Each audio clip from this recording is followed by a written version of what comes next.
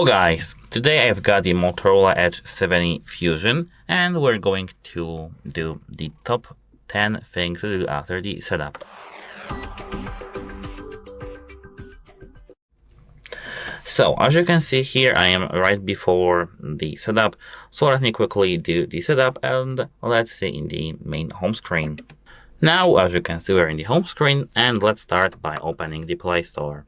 If you chose to log into your Google account while setting up your device, you can, easily get here to your Google Play Store. If you didn't do it, I do recommend actually to log into your Google account right now because you won't miss anything. Let me here enter my password. Now let me log in. So now what I actually do recommend to do at first is to tap your profile picture in the top right corner and here my apps and games. Here taps details, and as you can see you've got set up 11 applications and updates 46. So as you can see here you have got almost everywhere pending. Okay, now my application crashed. Sometimes it happens.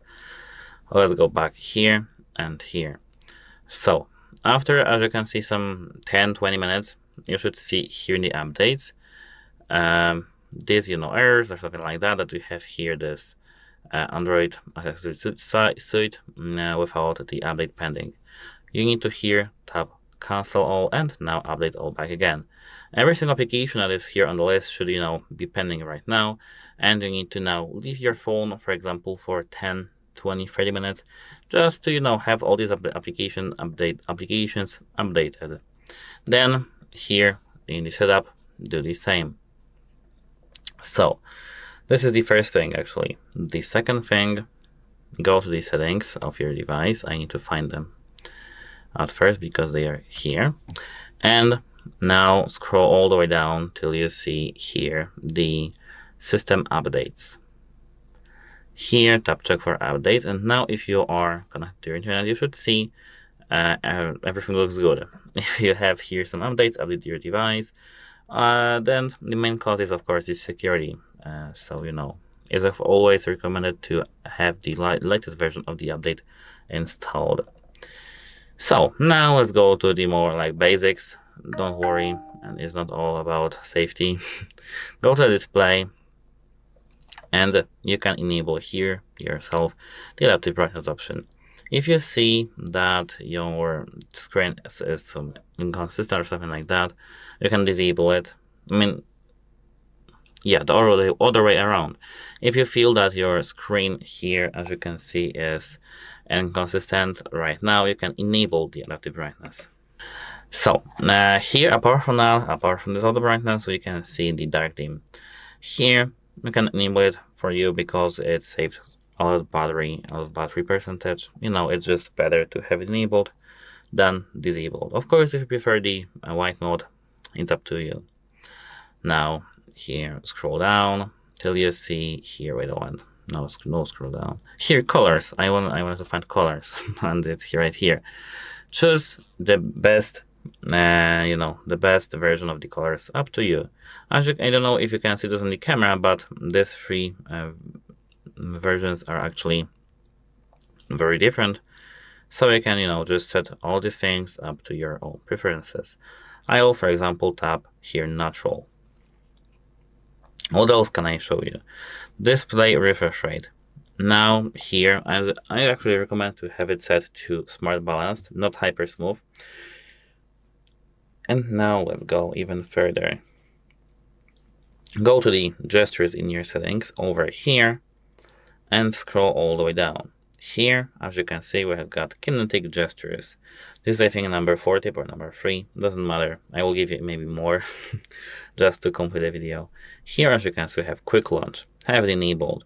Double tap the top third of the back of your phone to trigger custom actions. It's very cool. The same as with the quick capture.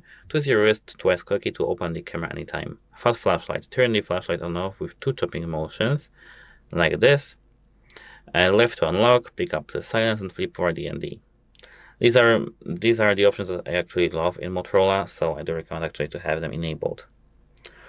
So what else can I actually show you is, I think here again in the gestures, and we need to find the power key. Power key is here. And as you can see in the present hold, I don't know what are your actually, traditions or something like that, but I actually prefer to have on the press and hold the power menu, so you can adjust it up to your own preferences and own needs, and because the default one is digital assistant. On the double press it can be camera, for example. Adjust it up to your own needs. I actually do recommend to stick to your own traditions. Doesn't matter what you actually like or don't like, and just stick to your preferences. So now we can go further, go back, and head over to the battery. It's right here. As you can see, we've got adaptive battery. Enable it. It limits the battery for apps that we don't use often. It's a very actually useful feature and nice feature. So, here, go back, and now here, battery protection. Enable it, and here, enable smart schedule. It's very actually useful because, as you can see, what that does is actually learning your charging pattern and optimizes your battery health. Charging usually stops at 80% and resumes an hour before you unplug. Works best if you have a constant charging schedule, like for example the charging overnight. Here we have got battery saver. You can enable the battery saver, like as for the schedule. For example, set the default battery level and 30%. Now you can go back, and what else I want to show you. Open the camera application and set up the camera application now. So do everything you just want, and here tap these two lines in the top right corner. Tap settings, and now when we are in the camera settings, scroll down and adjust these settings, all settings to your own needs. So as you can see here, we've got this. Where was that? I need to find this. Here, capture assistant. Tap it and enable assistive grid and leveler. Here, as you can see, now we have this leveler and the same with the grid. As you can see, I don't know if you can see it well. Now you can. It's actually very useful. I do use them on my iPhone actually all the time, so it's better to have them enabled than disabled. So what else is recommended to have? Open the settings back again, and here go to the security and privacy tab over here.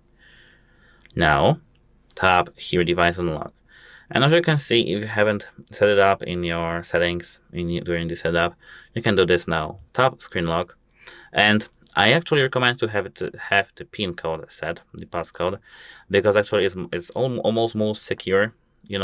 The most secure option is the password with the alphanumeric options, but here it's easier to provide to our phone, easier to set up, and so on. So just enter your PIN and you'll be good to go. Here you can adjust your lock screen, and now here face and fingerprint unlock. Enter your passcode or of course pattern depending on what you have set, and here I do recommend maybe not face unlock because face unlock is always not safe, but fingerprint. Tap setup, tap here the sensor, left, touch, left, touch, left, until you finish this whole square.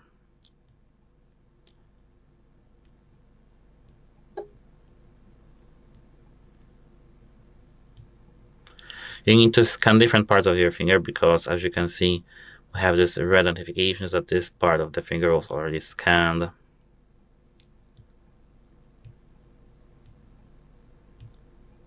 Now we are done. So what else I can recommend as the greatest technician? Go, go to the start over here, and here, as you can see, go straight to the apps.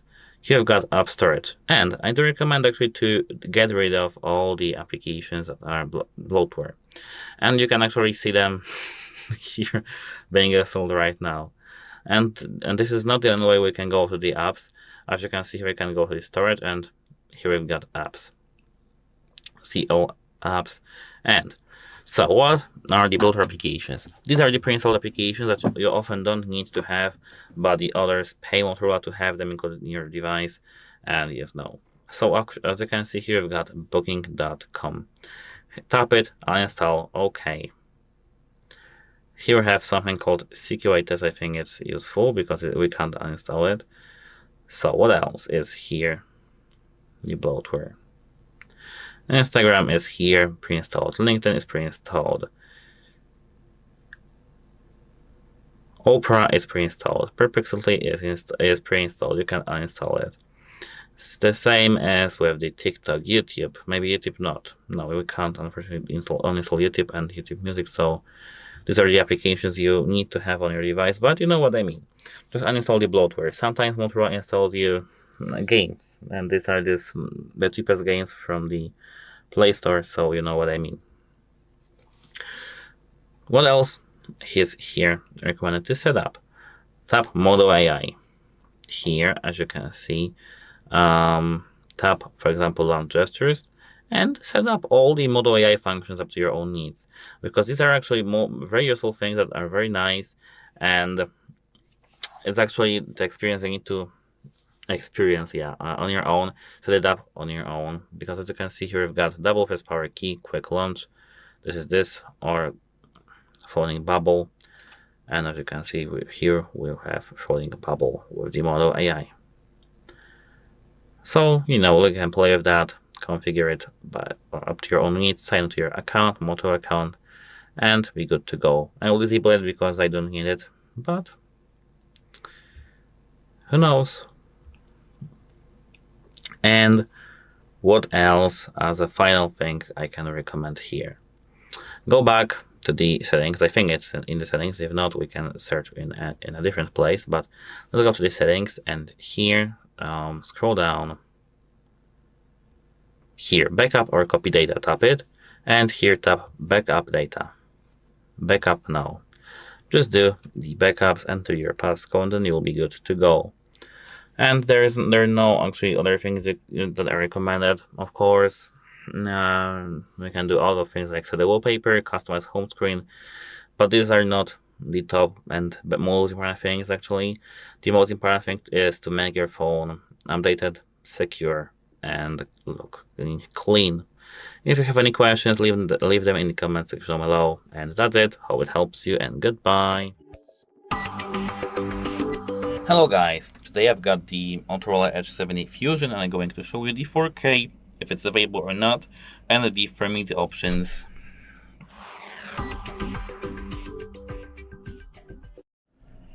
Camera, video, and here right at the top we can see the frame rate options. Tap it, and now here we've got FHD and 4K of course, and the 4K resolution is available in both 30 or no, only in 30 FPS as you can see, because when we select 60, it kicks out to Full HD. So 4K 30 is available. We can now tap record to record a video in 30 FPS, 4K resolution. So yes, we have it available. That's it. Hope it helps you, and goodbye. Hello guys, today I've got the Motorola Edge 70 Fusion, and I'm going to show you how you can easily use the split screen and multitasking features in this device. So, as you can see, when you have two applications opened that do support the multi-view, we need to at first open this view like this, hold our finger, place it here, and as you can see we have got split screen. Tap it and select another application. As you can see, Google Photos is supported, and both with the Facebook. Now as you can see, you can prolong it like this or like this and manage the size. And if you want to just exit this mode, we can just do something like this with swipe down to up, and we are now all done. Goodbye. Hello and welcome back to HardReset.Info. In this video, I will show you how to fix your battery percentage not showing on Motorola Edge 70 Fusion. Let's begin! Now, as you can see, I technically have my battery fully charged, but I have no idea if it's 100%, 99, 95. There's no way to knowing. Well, actually there is. You first need to go into the settings. Then you want to scroll down and enter battery. And at the very bottom we have battery info, and above it battery percentage. Show battery percentage in the status bar. We can enable it. And now we can see that we have 99% battery. And there's actually all to it. Yeah, that's all for this video. If you did find it enjoyable, make sure to leave a like, comment, and subscribe. And as always, thanks for watching. See you next time. Hello everyone, in front of me is Motorola Edge 70 Fusion, and let me show you how to perform a virus scan on this device. So first of all, locate Moto Secure. So this is the icon that you need to locate. Let me switch it off. And at the top you will notice scan for threads. Just mark scan now and just wait till your device is scanned. You'll be informed about the viruses. As you can see, in my case there is the alert. So here you can see the results. Just mark the essential protections and reroll, and then advanced protection. So just go step by step with those suggestions. For example, create a block, create secure folder, and so on, because it will definitely make your device way more safe. So that's it. That would be all. Thank you for watching. Please subscribe our channel and leave a thumbs up. Hello guys, today I'm going to show you how to enable the Moto AI features in your Motorola Edge 70 Fusion. So at first, as you can see, here I've got this application, Moto AI. Tap it and here get started. You need to find this application somewhere on your phone because it's built in. As you can see now, I have this enabled. As you can see here, if we go to the settings, we can see the Moto AI also. So tap it, and now the Moto AI features are enabled. We can here tap on gestures, and here, as you can see, we have double press power key. We can tap it, set it to Moto AI, and now if we double tap the power button, we can see Moto AI. This button, this button, this button. Okay, now we can sign into our Moto account to enjoy these features and more. Of course, that are supported by Moto. We need to sign in and do everything. But apart from that, here we can tap ask to search or something like that. But that's how to enable them. Goodbye. Hello guys, today I'm going to show you how to use the screen recording option in your Motorola Edge 70.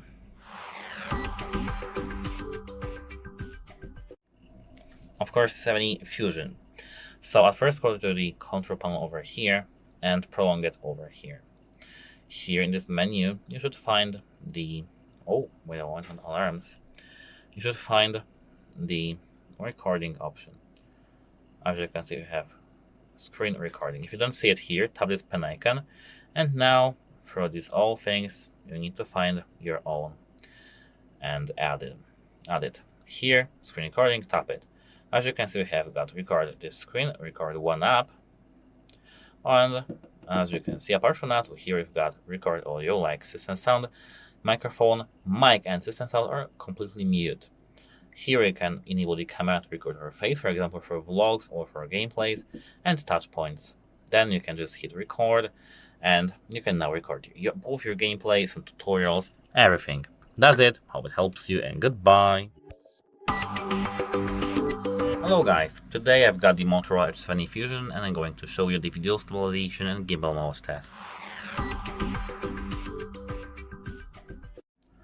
To at first enable this horizon lock and the stabilization, you need to at first go to video. Here, if you tap this, you can see settings have been configured for horizon lock.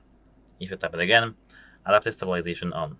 Let me now show you my video that I've prepared. But let me go, for example, to the 3D Photos application. So as you can see, this is the adaptive stabilization in my bad lighting conditions. It looks just normal, but I think that this is nice because I was shaking my hands also. Here, now let me move to the horizon lock. As you can see, it's very nice because I was rotating my phone here and I even showed my hands.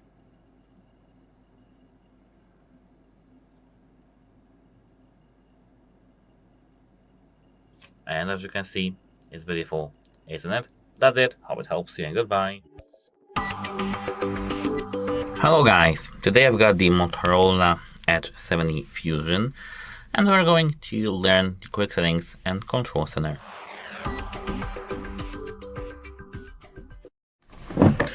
So, if you scroll down like this, here we've got everything that is actually useful. Here we have got Wi-Fi, we can disable enable Wi-Fi by just tapping on it, Bluetooth, auto rotate, etc. If you do something like this, swipe left and right, you can swipe between pages. You can here see many actually things that our phone supports. Like for example, here even GIF maker. If you want to add something to this, just tap this pen icon, and here you can rearrange this by holding your fingers like this and swiping this to other place, and or as you can see, adding some tile here to add it like this. And you don't really need to save, you can go back, and now we are good to go. If we go here, we can see that here we've got this location, data saver, and call inversion. Actually, that's it. Goodbye. Hello guys, today I've got the Motorola Edge 70 Fusion phone, and I'm going to show you how to enable the 144 Hz display. So this is not that actually easy issue to perform, because as you can see, if you go to the settings, wait a moment, let me show you the whole way. And now here, scroll down to the display.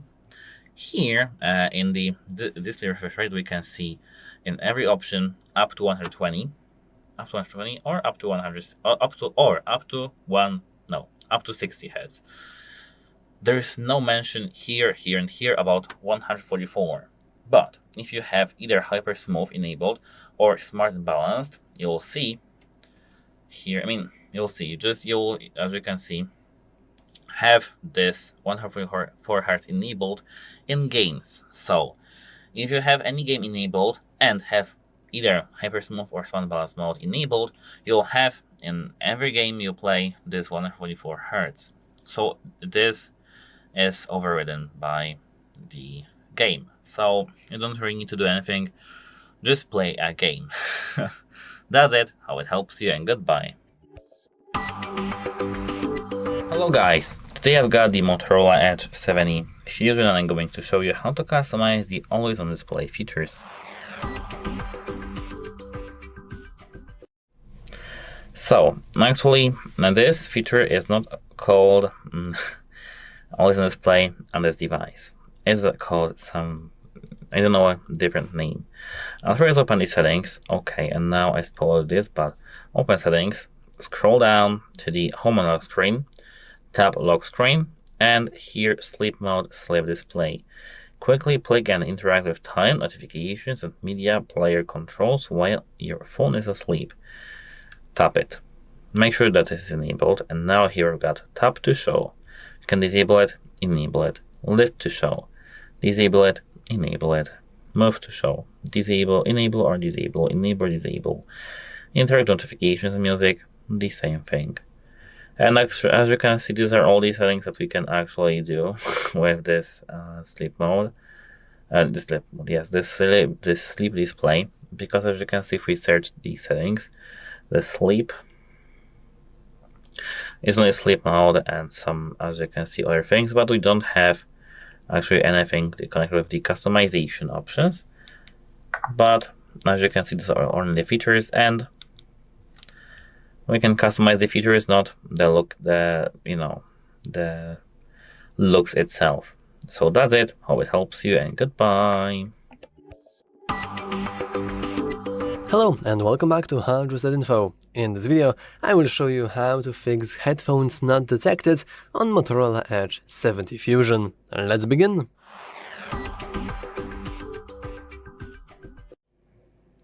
So, first of all, let's simply go and show ourselves the drop-down menu here, and then let's simply go in here And let's turn off Bluetooth for a moment. We can leave it turned off for about 3 to 5 seconds, and then we can turn it on once more.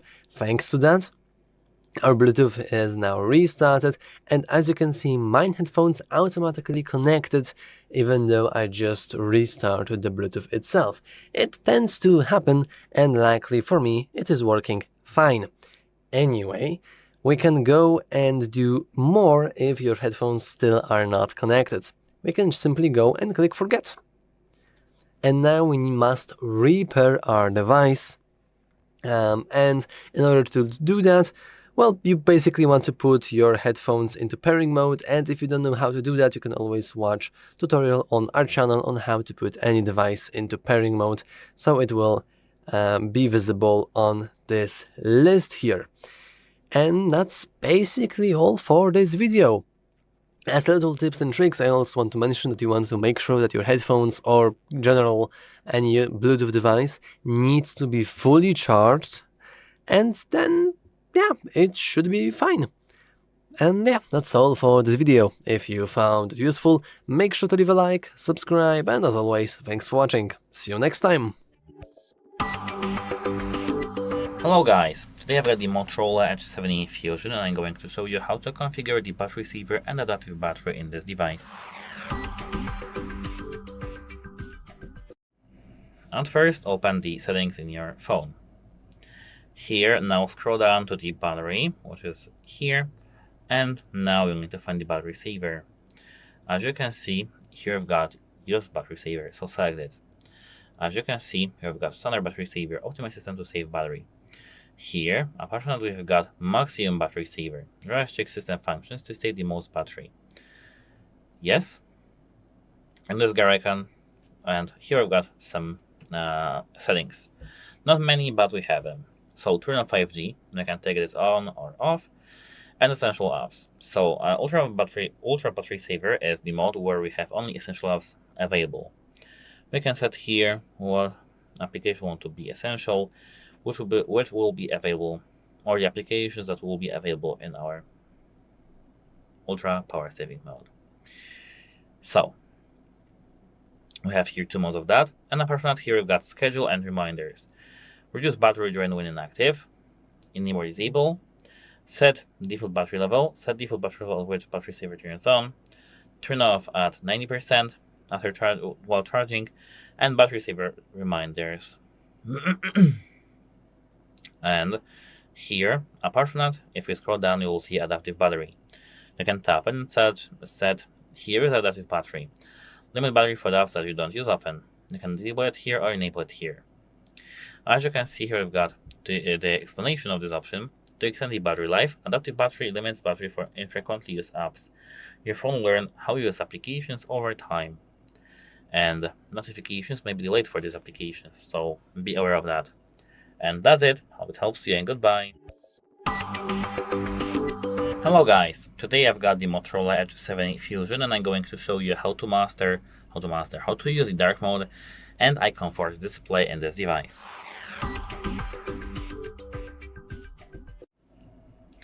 At first, open the settings in your device. Scroll down to display. As you can see here, I've got dark dim. You can tap it to enable the stick and tap the stick to disable. Apart from that, if you tap on this option, like strictly, you can see that here we've got schedule option. So tap it, and as you can see here we've got none or turns on at the custom time, and start time we can set here by this clock, and time again, and OK.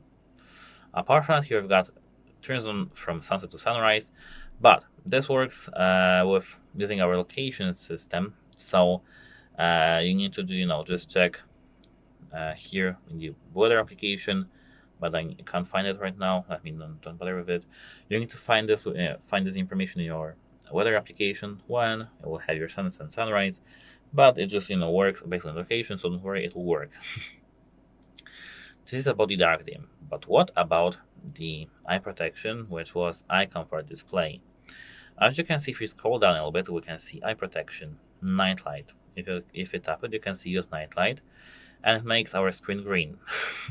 Green, yes, yellow. It makes our screen yellow. And as you can see, if we have it enabled, we can increase the intensity of our blue light filter or decrease the intensity of it. Apart from here, they have schedule, and here the same schedule as in the dark mode. Sunset to sunrise, or custom time, or none. Here, flicker prevention. Keep the screen from flickering in dark environments. Turning this on may cause screen noise and color distortion. That's how it works actually. So that's it. Hope it helps you, and goodbye. Hello and welcome back to HardReset.Info. In this video, I will show you how to fix Wi-Fi not working on Motorola Edge 70 Fusion. Let's begin!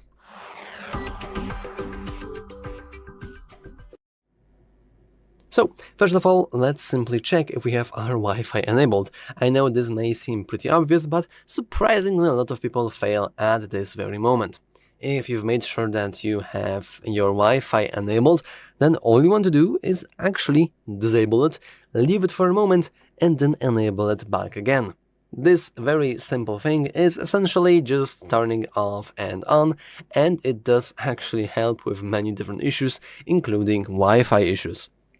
However, if your Wi-Fi is still not working, then you probably want to hold your Wi-Fi icon, and therefore you will see very specific information.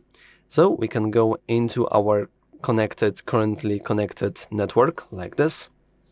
We can disconnect it manually, and then we can wait for a moment and connect it one more time. This is essentially the same thing as turning your internet off and on, but more specific. However, if you still didn't really change anything, and if you still don't have your Wi-Fi yet, you can go into forget, like that, and then you can go and connect one more time by just simply going here and typing your password.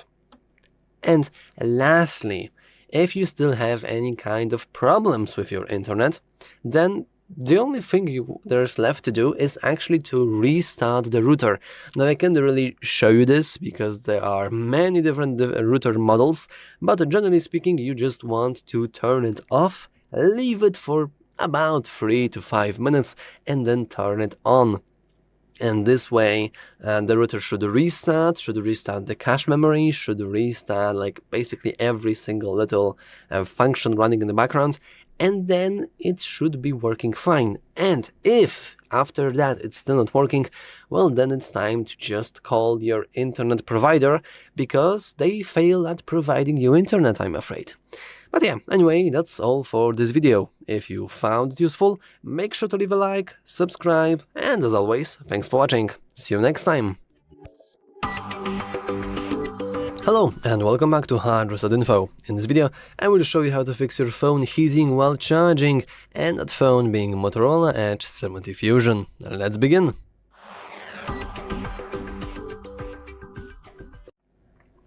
And it's actually completely normal for your device to heat up while you charge it. However, there is a limit. If it's slightly higher temperature than normal, then everything is fine. But if you feel like it's actually burning and you can barely hold it, well, then something is clearly wrong. Speaking in software-related terms, there is one setting that we can change in order to make sure that our phone doesn't heat up as much. And we can do that by going into the settings, scrolling down into our battery, and then charge boost. As you can see, when charge boost is on, your phone will optimize charging by safely boosting the charging speed. This is also known as fast charging. However, this process may heat up your device. So, if you don't really like that your phone is as higher temperature as normal, you can just simply disable it and you will have less hot or more cold phone than normal. However, even if you have changed that and you still think that something is wrong, then you probably want to double check your charger, your cable, and USB port. It shouldn't happen because the USB ports are usually made from very resistant materials, especially in the Motorola Edge 70 Fusion, but there are sometimes situations when unfortunately something is wrong with the port and it just heats up, it melts down, and it basically is a hazardous way to have it nearby. But one more time, I only am talking about situation where the temperature is very, very high and you can barely hold the phone in your hands. In every other scenario, just simply disabling the charge boost should be enough to make your phone run better and at lower temperature. And yeah, that's all for this video. If you found it useful, make sure to leave a like, subscribe, and as always, thanks for watching. See you next time. Welcome. In this video, I will show you what to do if your Motorola Edge 70 Fusion isn't recognizing your face model. So, in case you cannot unlock your device with a face, we're gonna have to re-enroll the face model. To do that, go to Settings, scroll down to Security and Privacy menu, open it, then go to Device Unlock, select Face and Fingerprint Unlock, enter your password. After that, select Face Unlock. And if you have any previously enrolled face models, remove them, or it rather, and also wipe the surface of your frontal camera using a microfiber cloth. If you don't have microfiber cloth around, a cotton t-shirt will do. Then also adjust the light in your room so that they face you and not your device's camera. Make sure that your face isn't too bright, and make sure that you can clearly see your face in camera. Tap Next, then look directly at your device's camera and make sure that your face is positioned within the circle on your screen. Tap Done, and then you'll be ready to unlock your device using your face. But if there is still an issue, then most probably your device is simply outdated. And to update it, you have to make sure that your device is connected to the Wi-Fi, that you have at least 30% of battery percentage. Go to System Updates, select Check for Updates, and take your time to install the most recent software version. Also, restart your device by pressing Power button and Volume Up key and selecting Restart, just to make sure that the changes were applied. Once the smartphone is restarted, we're gonna have to first unlock it using the password, and then let the smartphone load the interface. Once the interface is loaded, you'll be able to unlock your device using your face. Okay, let me try once again. And as you can see, everything works fine. And that's it. Thank you for watching this video. If it helped you, please consider subscribing to our channel, leave us a like and a comment below, and I'll see you in the next one. Hello guys, today I've got the Motorola Edge 70 Fusion, and we're going to fix the location services when the GPS is inaccurate.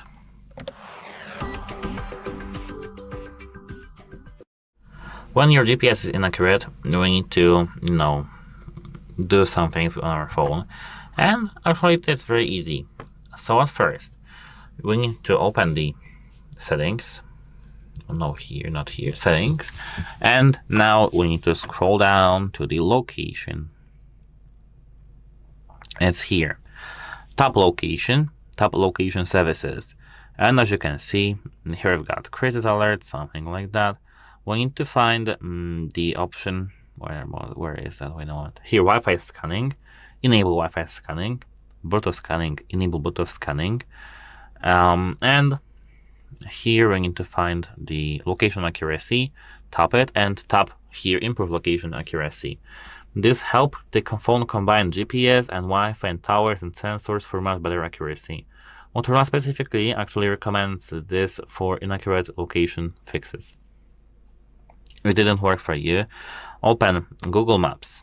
I know, this is kind of easy, but open the Google Maps, and here we need to calibrate ourselves. So tap, if you don't see yourself, you need to at first grant the location permission. So here was in the app precise. You might not see yourself at first, so tap this white circle and just wait until you load in. I think I don't have the internet connection, so I need to actually connect to the Wi-Fi network, so give me a minute. Now we are here, and as you can see, I have this gray circle. I need to tap on this thing over here, and here, as you can see, tilt and move your device. Compass accuracy low. Tap down, and again tap it, and now we need to do this movement till we see that we have accurate, as you can see, location. Now I think it's accurate, and now we should be good. Apart from that, we can open the settings back again and go straight to the location back again. Here, toggle location off and toggle location on. You need to wait, of course, between these toggle with 10 seconds because it's actually surprisingly effective. Apart from that, we can go to the battery, which is over here. And here, turn off the battery saver if you have one. And that should be it. Goodbye. In this video, I will show you what to do if you forgot the lock screen password to your Motorola Edge 70 Fusion. In case you forgot your password, the best solution would be reaching out to Motorola customer support service, telling them about this issue, and if you can prove the ownership of your smartphone to them by showing them a receipt from the store where you bought it, or an e-receipt from that store, or an original box from your smartphone, then you'll be able to recover access with their help without losing any data on your smartphone. If this doesn't sound like an option to you, then you can perform a factory reset operation in order to regain access on your smartphone. Now, if you have some alternative way to sign into your device, for example, a fingerprint scanner or a face unlock, then you can access your device, and before performing a factory reset operation, back up all of your data, all of the important data from your smartphone to either in another smartphone or on your SD card, external SSD, PC, laptop, tablet, or an external cloud.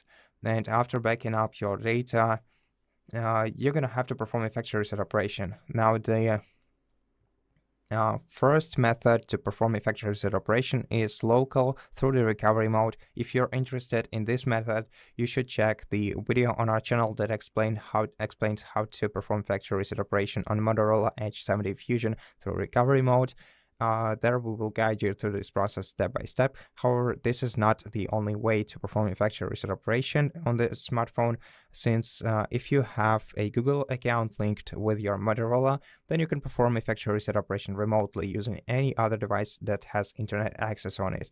To do that, you're going to have to enter the web browser on your other smartphone or on your other device, your PC maybe, and go to Find Hub website. It is a Google official website. There you're going to have to sign into your Google account, and once you do that, you'll be able to see the list of your devices linked to that account. Here we'll of course have to select Motorola Edge 70 Fusion and select Factory Reset Device. And this will perform a factory reset operation remotely. Once the factory reset operation is performed, you'll be able to set up your device once again. And after you set up your device once again, if you prepared backed up data, you'll be able to restore it on your smartphone. And that's pretty much it. Thank you for watching this video. If it helped you, please consider subscribing to our channel, leave us a like and a comment below, and I'll see you in the next one. Hello and welcome back to HardReset.Info. In this video, I will show you how to fix your fast charging not working on Motorola Edge 70 Fusion. Let's begin!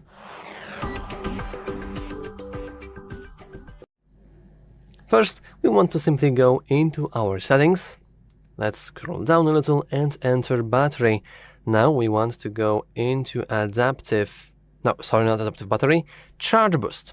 And even though it is not called fast charging, it basically functions as one, and as you can see, when the charge boost is on, your phone will optimize charging by safely boosting the charging speed. This process may heat up your device. So basically we want to just make sure that this is turned off, and now our fast charging should be working.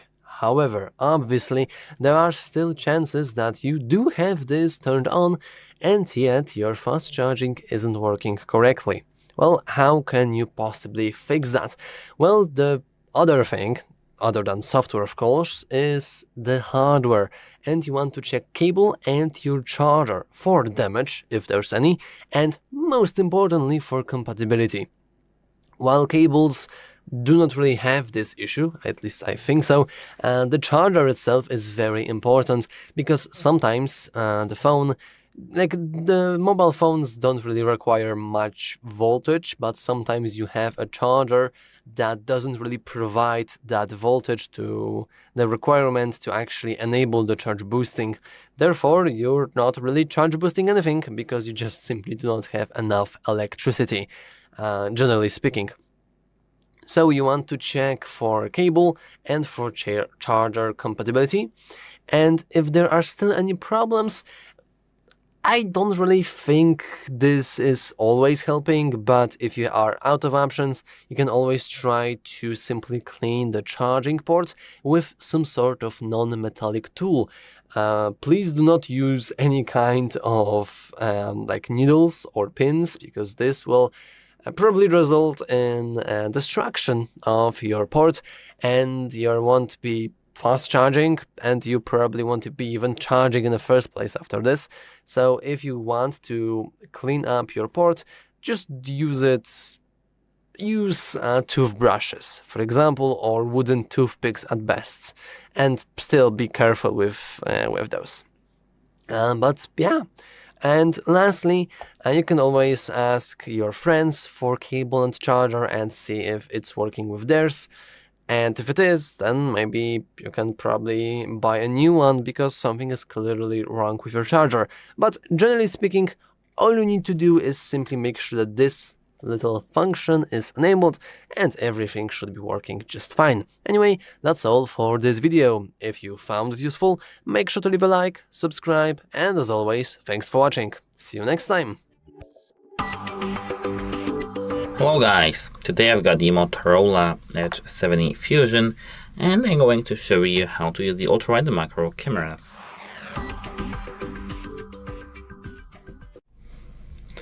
Using the ultra-wide is actually very easy. You need to just tap here this 0.5x. So, as you can see, the best uses for the ultra-wide are actually landscapes. It's perfect for mountain, beaches, skylands, big dramatic skies. Put something interesting in the foreground, log rocks, flowers, path for depth. You can also take some photos, funny photos, close-ups with your friends, and be in the 0.5x, so it's rather funny. You can use it also for the architecture, where ultra-wide actually shines very nice. Ultra-wide is fantastic for buildings, interiors, cathedrals, tight spaces. The trick is to keep the phone level to avoid falling buildings distortion.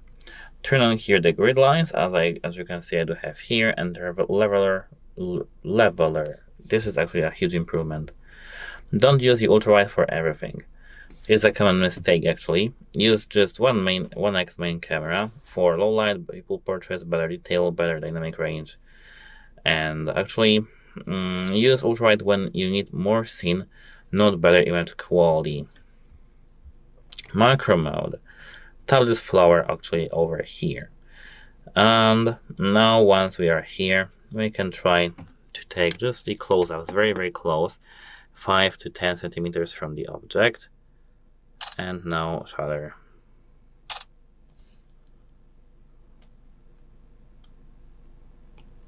Look at the detail over here. It's very actually sharp and nice.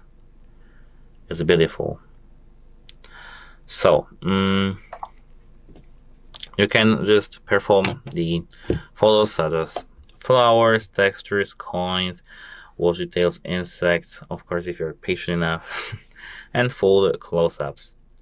You need to get much closer than normal, as you can see, because you need to, be 2, 3, or 4 or 5 centimeters, close to some subject. This the sweet spot is this about 2 centimeters or 3. Don't don't focus on this the distance of this 2 centimeters fixed. You can just do something like this. You can start to close and slowly back off until the focus snaps in. The focus snap is where the magic is. Macro needs light, and this is actually huge. So macros, window light, daylight, and bright desk lamp. Avoid dark macro shots. Tiny subjects need a lot of light. And tap to focus manually. For macro, tap the extra detail you want to sharp. For example, slower center, insect eye, watch, dial text. This actually matters a lot. Goodbye. Hello guys! Today I've got the Motorola Edge 70 Fusion. Durability, water resistance explained. This is the IP68 and IP69.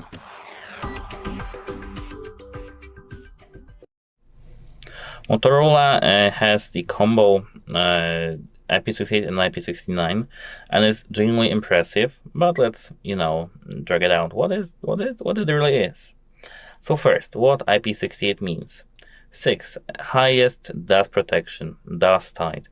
8. Protection against submersion in the fresh water. So Motorola says, actually from the Motorola Hub website, that you get this data from there, that it can be underwater up to 1.5 meters and up to 30 minutes. And fresh water only. Non-pool chemicals, soap, salt water only, fresh water. So real-world examples IP68 can handle are rain, accidental sink splash, drop in fresh water briefly, wet hand use, dust, sun exposure, normal levels. So, what IP69 adds? This is the extra toughness. It adds protection against the high pressure water jets, high temperature water spray. More severe water ingress testing than typical flagship IP68 phones. So, think about heavy rainstorm, rising mud off. Carefully, not as a habit, of course, but just rinsing of the mud, splash heavy environments, and more protection against movements. So, water resistant doesn't equal waterproof, actually, because this is the big misunderstanding most people actually don't understand.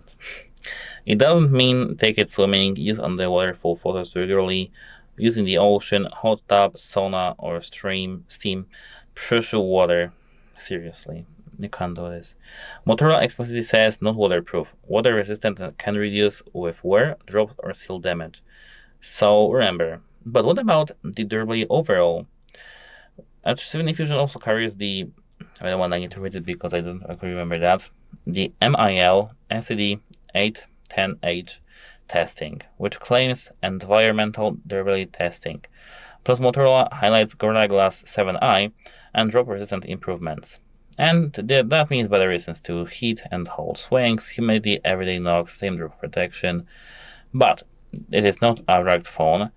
I will still use actually the case. So my practical advice is to treat this this protection as insurance, not a feature to test. Use it for accidental protection, not intentional water use.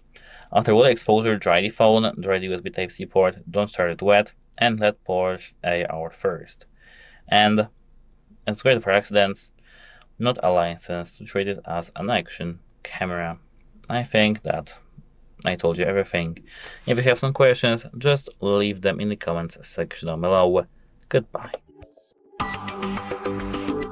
Hello and welcome back to HardReset.Info. In this video I will show you how to fix no sound during calls on Motorola Edge 70 Fusion. Let's begin! If you have any troubles with your sound during calls, there's few things that you want to do. First of all, you want to click the volume buttons, either of one, and then go into clicking these 3 dots. Now we have 5 different sliders, each corresponding to other source of volume basically. And we want to focus on the 4th one, which is call volume. As you can see, we can fully change the volume of our calls. Now, if you are on a call with somebody and then you change the volume buttons by clicking the volume buttons, then this should increase or decrease accordingly. However, if you forget to do that, and if you have set it to very low value, then it might seem that you don't really hear anything during your calls. Now, make note that you cannot actually mute it completely. It will always be like emitting some sort of value, some sort of volume, but it's so low that some people may actually mistaken it for, well, no sound at all, which, to be honest, is completely acceptable. So make sure that you have this bumped up to volume, to value like this, and every issue should be resolved. However, if you are sure that you've changed it and your sound is here set to some sort of high value and yet you have nothing, then you want to go into the drop down menu here, and to be honest, you can clearly see that I am currently connected to Bluetooth device, and by default every single call that I'm going to answer on this device is going to be like transferred into that Bluetooth device. So the mic will be from the Bluetooth device and I will hear other person talking via my headphones here. Now, there are a few ways we can change that. First of all, we can go into the settings of specific the device in my Bluetooth settings, and we can go and disable phone calls, and now my headphones are only going to allow media, but calls will be transferred normally and I will have to use my phone here, not the headphones. Because sometimes you might think that you are using headphones, that you are using your phone, while actually the person you're trying to speak to is speaking to nothing because you don't have your headphones on. It does happen and it's completely fine. So make sure that this is disabled, or if you just don't know if you have some sort of Bluetooth device connected, you can just turn off Bluetooth completely, just like that, and now you have ruled every single Bluetooth device in existence. So, as a reminder, you want to check your call volume in here. Make sure it's not low, because then you might think that it doesn't really work or that it's very, very low. And then make sure to rule out every single Bluetooth device that you could have been connected to whenever you try to call somebody. And yeah, that's all for this video. If you found it useful, make sure to leave a like, subscribe, and as always, thanks for watching. See you next time.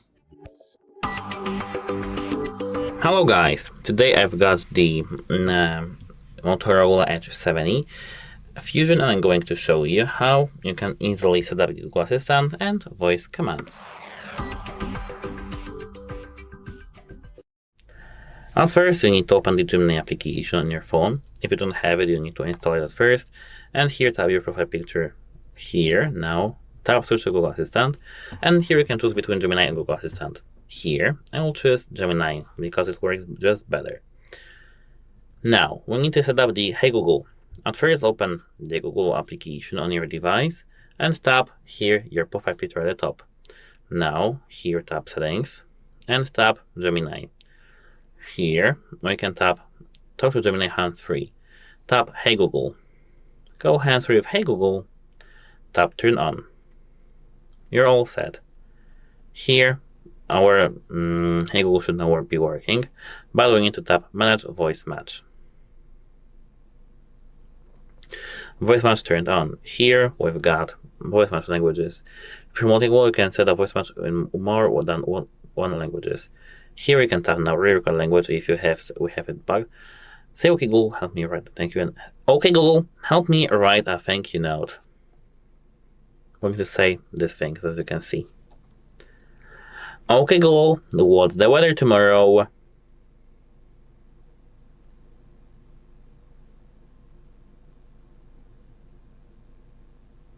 Okay, Google, what's the weather tomorrow?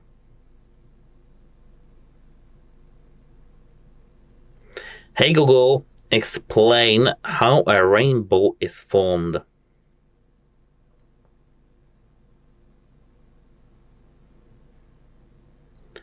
Hey Google, set a timer for 5 minutes.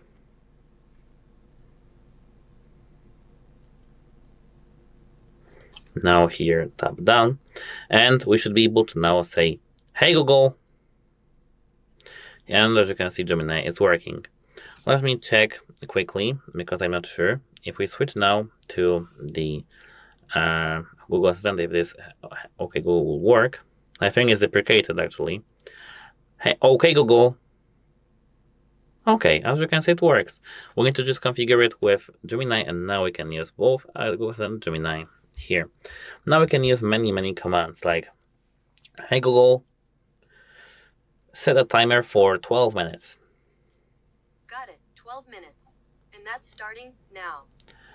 Hey Google, turn off my timer. Okay, cancelled. Hey Google, turn on flashlight.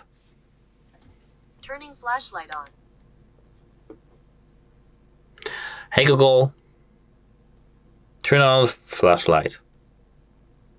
Turning flashlight on. Hey Google, turn off flashlight.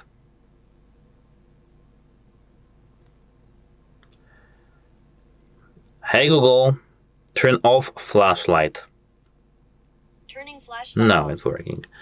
As you can see, it's bugged, but you can, use the, this voice command as you wish. I actually prefer the AI, the Gemini, because here you need to use mainly this commands that are here programmed, and Google Assistant doesn't understand you if you're saying some other words, but if we use Gemini, it doesn't happen. Goodbye! Welcome. In this video, I will show you what to do if your Motorola Edge 70 Fusion isn't recognizing your fingerprint.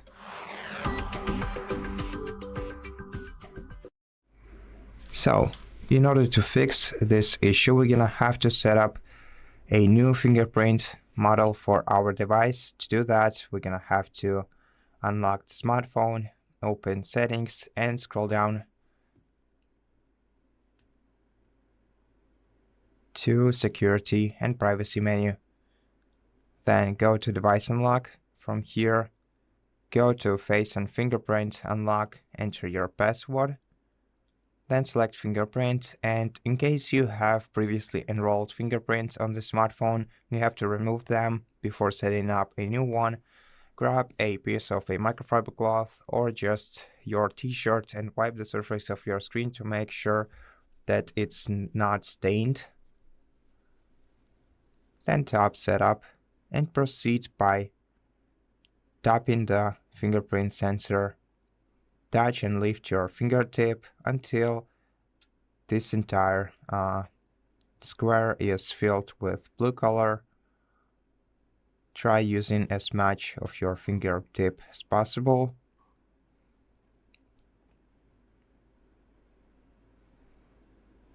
And right now the fingerprint is added, and basically from now on we are ready to use it to unlock our device. But in case if it's still not recognizing your fingerprint, you have to scroll down to System Updates in Settings, open this menu, click Check for Updates, let your smartphone check for available updates, and then take your time to install one if your smartphone detects it.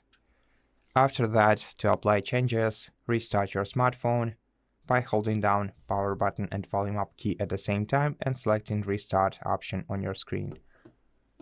And wait until your smartphone is restarted. After the smartphone is restarted, first you're gonna have to unlock your device using password, and then you'll be able to check whether your fingerprint is working correctly. Now, if your phone still isn't recognizing your fingerprint, you can go to Settings and scroll down to Security and Privacy once again, open Device Unlock once again, and go to Fingerprint Unlock section. After that, just enroll this fingertip once again, and don't forget to wipe the surface of your device's display.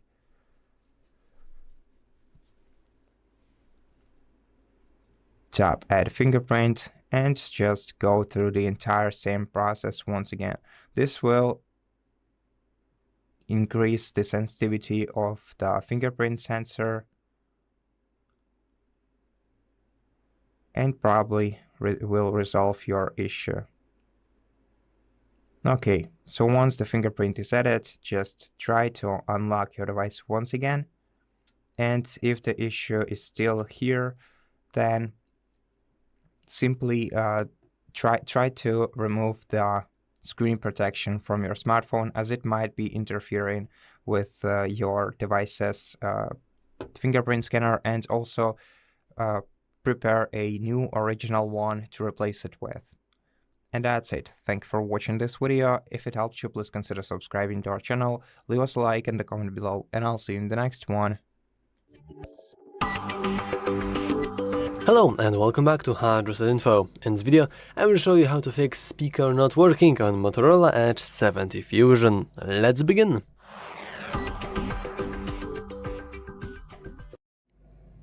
First of all, let's go into our volume buttons here and let's click either of one. Oh, as you can see, we are raising volume above like one level. It doesn't really matter. Let's click the three dots here that appear, and now we have 5 sliders. Each slider corresponds to other source of volume, let's say. And of course, if we have all of them to the lowest, then our speakers will basically do nothing, and we might think that they, well, do nothing and that they are not working. But probably the most important one is the media volume, which is... Wait, that's ring volume, notification volume? Oh, here it is, media volume, which is probably the most important one out of all. And it's usually used when we want to watch YouTube, for example, and every other thing. And if it's set to like something like this, you may see that it's actually muted, then our speaker simply doesn't work. Of course, if your physical buttons also don't work, well, first of all, that's a shame, because not having them is a big minus to quality of life, but you can gain access to these settings by going into the settings themselves, like this, then scrolling down a little and going into sound and vibration. And as you can see, in here we have the exact same options. We have media volume, call volume, ring volume, also notifications and alarm volume, and well, yeah, it's basically the same thing that we would have right here. And now we may want to make sure that our media volumes are all set to some value, not being muted, but some value at all, so we are sure that this works indeed. But what if, even though we have it set to maximum level, it still doesn't work?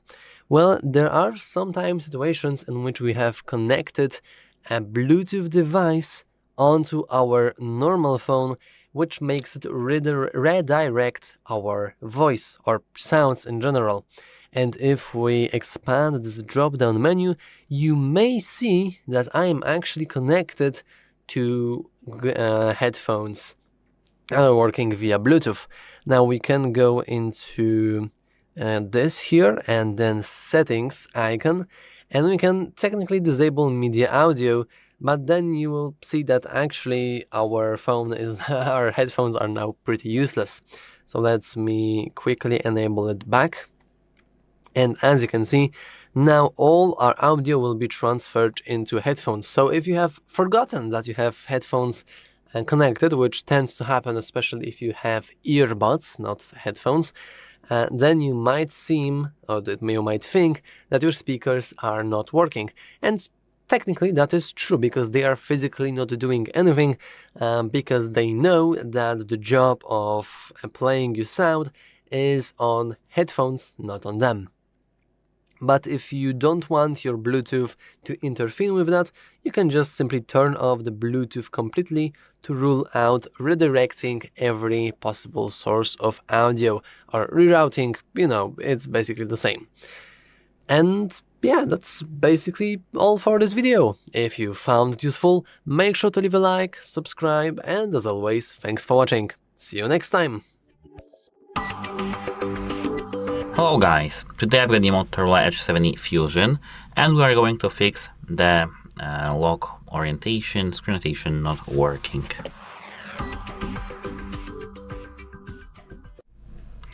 So at first check if you have this rotation lock enabled. This is the first and the most important thing to check. So open settings and here scroll down to the display. Here as you can see we've got the auto rotate screen. I have disabled, so enable this option and check if it works. If it works, that's nice, but a surprising number of broken rotation cases are just rotation lock enabled. And I had this issue on my iPhone, but it's kind of hidden, so just check if you have it disabled or enabled. So apart from that, what I do recommend to do actually is to restart your phone. Hold power and volume up, restart, and now just wait. If rotation suddenly stopped, for a moment, it worked, but now it doesn't. Just need to try to restart your phone once. Sensor glitches can clear with just a reboot. Simple, but often effective. If rotation works in some applications but not in others, that may be the app issue, not the phone. Test rotation in YouTube, Google Chrome, Gallery or Photos. Just Google Photos. If one application fails but others rotate, this is the app issue. Update or reinstall that application or check the application settings for it. Check if an accessibility or launcher setting is interfering. So I don't know what you may have set in your accessibility settings, but I can show you where to find them and what settings you can have enabled that may interfere with it. So if you have some third-party launchers, it may be the issue. If you have some automation applications that are third-party installed, try to get rid of them or just temporarily stop. So here, go open accessibility and now what you may have enabled that may be as affecting this. Magnification can affect this, so try to disable it for a moment, like this option. Accessibility menu shouldn't actually, but what is here? Live caption can interfere with it. And where is that? Wait a moment. I need to find it because I know what I meant, but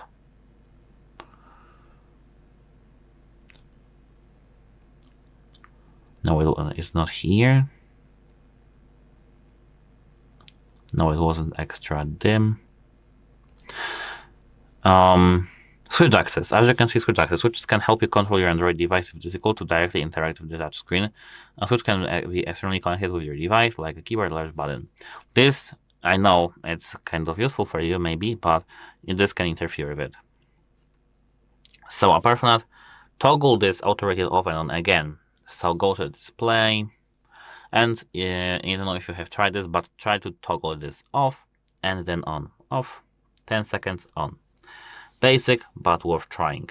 If the sensor seems stuck, test the gyro behavior or test accelerometer. Open something that clearly uses motion, like tilt in racing game, use compass, mouse rotation, or test camera leveling if you have it enabled, and check if it works for you. If motion sensors seem broken generally, could be sensor issue and not just rotation, and you need to contact device support to fix this issue. And actually that's it. Goodbye. Hello guys, today I've got the Motorola Edge 70 Fusion and I'm going to show you the pro tips for best photos in this device. So, actually start with the right camera mode. Motorola's camera app is very simple as you can see, but powerful if you use the right mode. The photo, as you can see, auto mode is best for quick shots because here we've got the AI optimization. Manual mode, which is here, as you can see, Pro, is dedicated for full control, like ISO, shutter, white balance, etc. We can edit here everything. Here, if you tap more, we can see night vision. Tap it, and now here, of course, we have the mode for low light scenes. We can now go back to photo, and now here portrait. It has background blur, which is called bokeh. So we can just do a photo, make a photo of our friend with a background blur. Here, if we tap more, we can see, apart from that, ultra resolution. The ultra resolution is for max detail photos. You need to, of course, here have the best low light, best high light, conditions.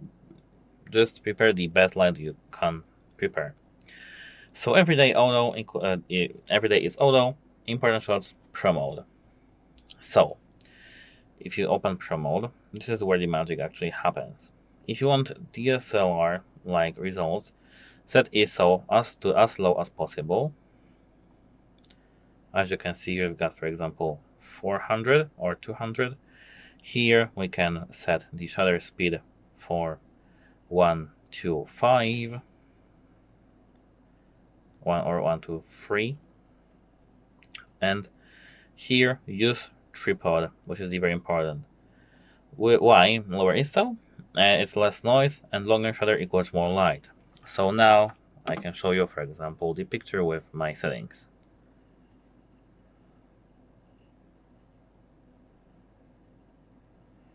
Oh, wait a moment, I hold the wrong bar.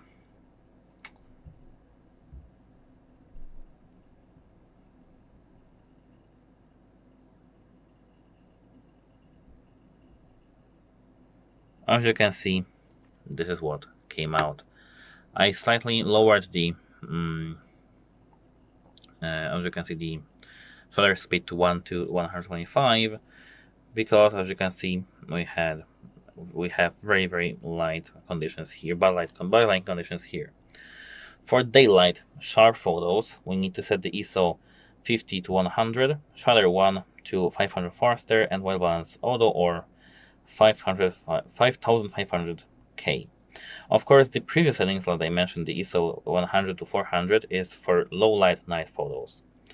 The white balance trick is, it adjusts manually. If you need to adjust here this manually when colors look off. For example, warm indoor, lower the K, for example, 300 to 400, 3000 to 4000, and cold daylight, higher K, 5500 or 6500.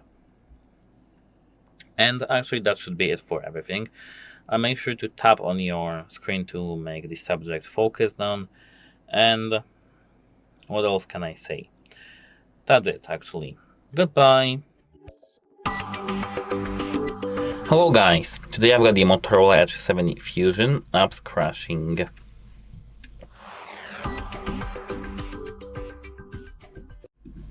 So, actually, at first open the settings. Just like this. Open apps, see all apps. Find here the application that is crashing for you. Let it be Chrome. Tap for stop. OK. Here, then open the application back again. Here we have Chrome. This should fix temporary crashes, glitches, etc.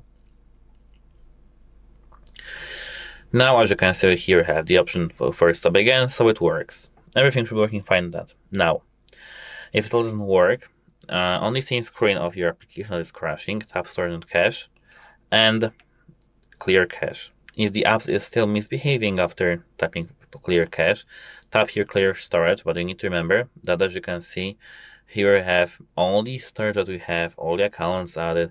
I mean, we'll just delete all the data that our application stores in our phone, and I mean everything. Like when we reopen our application will behave like it was just installed. Clear all data. Okay, And now, as you can see, if I open Chrome, I should be prompted to here, as you can see, continue as in my account. That's how it works, and it's actually very nice. So, this should be it when it comes to the glitches, but what we can do else, update the application. So open the Play Store over here, open your profile picture at the top right corner, open Manage Apps and Device, and here tap on your update. Check for updates, and if you have any updates of this application, for example, update your application. Many crashes are just bugs already patched, so that should be it. Update the Android system web view. So this is actually a big hidden culprit, and this is the same window as you can see. Check for updates, and if Android system web view has some update, update this application quickly. This is very important for random application crashes. Update update it here, and everything should be nice. Unfortunately, you can try to restart your phone by holding power and volume up and restart. Clicking actually not holding, but I'm used to hold. Simple but effective actually. And you can restart it after clearing the cache, updating some applications, system updates. This is the good recent point. And as a last resort, you can reinstall the application. If one app alone is broken, uninstall, reinstall fresh, often faster than over troubleshooting. If many applications are crashing, not just one, that points to more system issues. Check if you have storage available, check for any recent system update if you have it on your phone, and recently installed application causing conflicts. That should be actually it. If these are just these 3 points. If you have any available storage, that's nice. But if you don't, you need to uninstall some things or delete to have everything done. If you had any system updates recently, this may be the issue. Try to check for updates in a moment, just to update it, because it may be some broken version. And if you have any recent applications installed, like for example app cleaner or something like that, just uninstall it. And that's it. Hope it helps you, and goodbye. Hello and welcome back to HardReset.Info. In this video I will show you how to fix microphone not working on Motorola Edge 70 Fusion. Let's begin!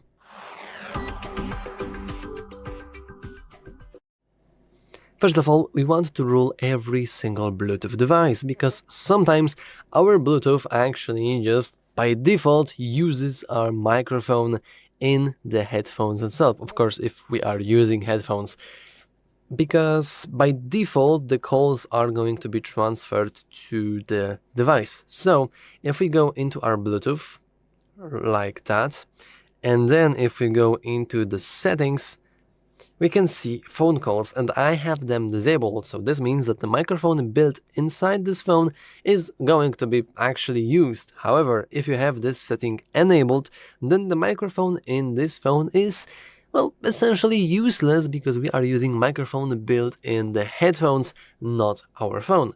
So if you're struggling with that, let's make sure that this stays disabled. Or if you're not even sure if you're using any kind of Bluetooth device in the first place, you can always simply turn off the Bluetooth, and now everything should be working fine, because there are no other devices that could redirect your audio.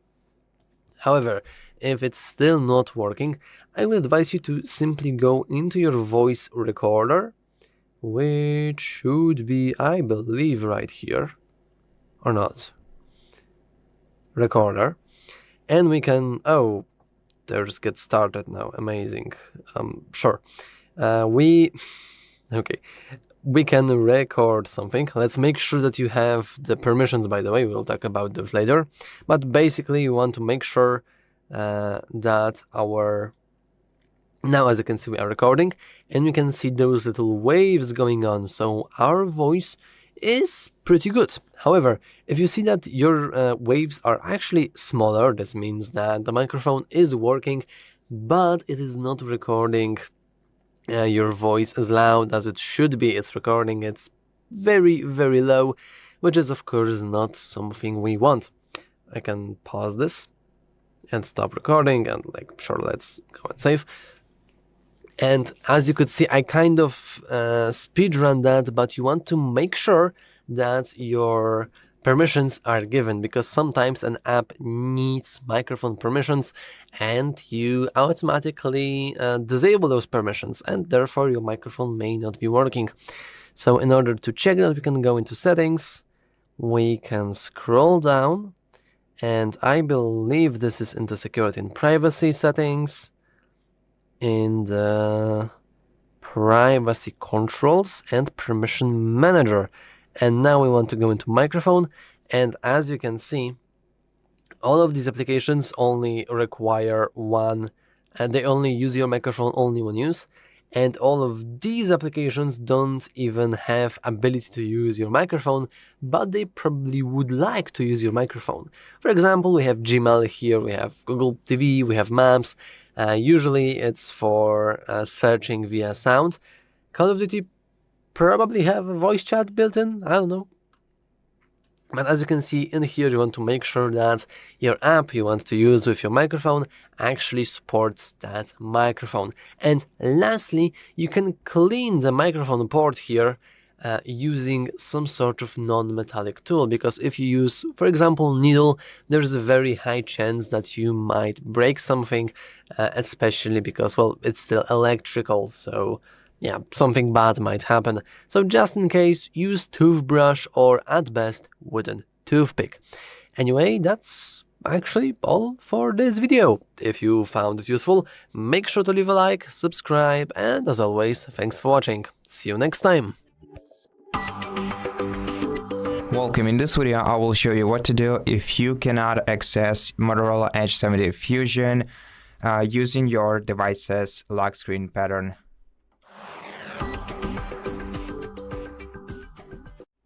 So the best solution for this problem is reaching out to Motorola customer support service, and if you can prove the ownership of your smartphone to them, they'll be able to help you out with this problem by unlocking your device without removing any private data from it. But otherwise, you're gonna have to perform a factory reset operation to regain access to your smartphone. Now, before you perform a factory reset operation, if you have an alternative way to access your device using your password, for example, using your fingerprint or face unlock, for example, then do that just to back up all the important data you have on your smartphone to either an external SSD, an SD card, your PC, or an external cloud. And after that, you'll be able to perform a factory reset operation in two ways. So first one is local, through the recovery mode. If you'd like to know more about how to perform factory reset through the recovery mode on the smartphone, check out the other video on our channel that is titled How to Perform Factory Reset Operation through Recovery on your Motorola Edge 70 Fusion. Otherwise, you can perform a factory reset operation remotely, which can be done if you have a Google account linked to your Motorola. In such case, you'll be able to grab any other device that has internet access, maybe your tablet or your laptop, your PC, your other smartphone, open the web browser and enter the Find Hub website, sign in to the Google account that is linked to your Motorola, find your Motorola on the devices list, and after selecting Motorola from another device, you'll be able to see Factory Reset Device option at the bottom. If you select it, the factory reset operation will be performed remotely. After that, you'll be able to set up your device once again. And after setting up your device, you're gonna have to restore your data from the backup in case, of course, you can do that. And if you do remember your device's lock screen pattern, but your smartphone isn't accepting it, sometimes it is caused by third-party application or background activity interference, which causes your device to lag. To outrule this possibility, we're gonna have to force reboot our device into safe mode. To do that, you're gonna have to hold down power button and volume up keys at the same time until your device shuts down. just keep holding both buttons. And right now you can release them. Then you will see the Hello Moto logo. Wait until your device slightly vibrates. Once it does, start holding down the volume down button and keep holding it until it is restarted.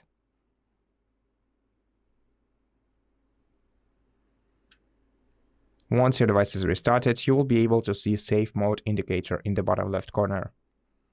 Now to access your device, try entering your pattern once again. If you succeed this time, then remove your pattern by going to settings, going to security and privacy. Then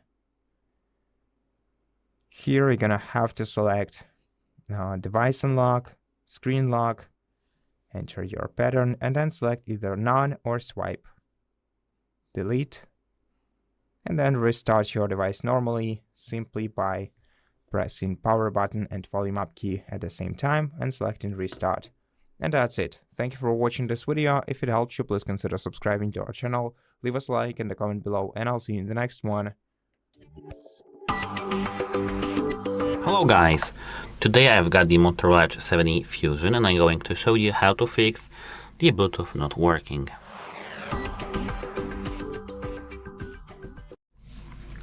So, if Bluetooth is misbehaving on your phone, we need to at first just toggle it off and on. I know that you may have tried it, but many people didn't, so it is a very common fix.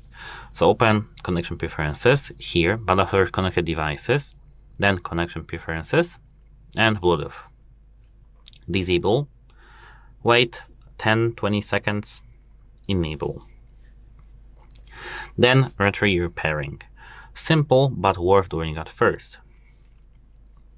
Apart from that, if you have, wait a moment, I need to pair my device. Now, as you can see, I have here AirPods Pro, these are this one.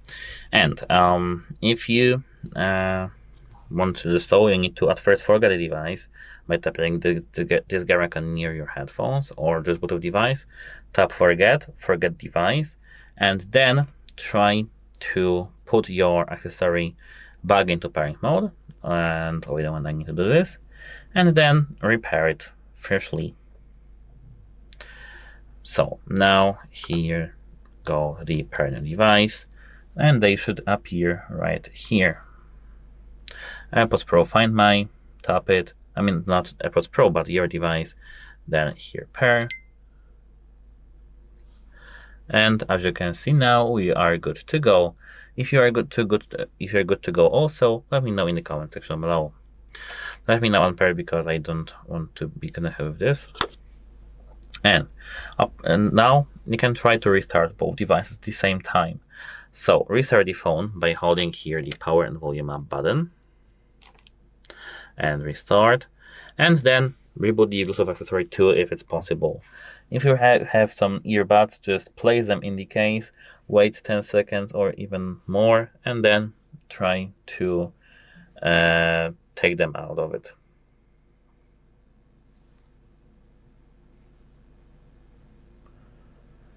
We have many more things to do, so this is not only thing that is here. So now here unlock.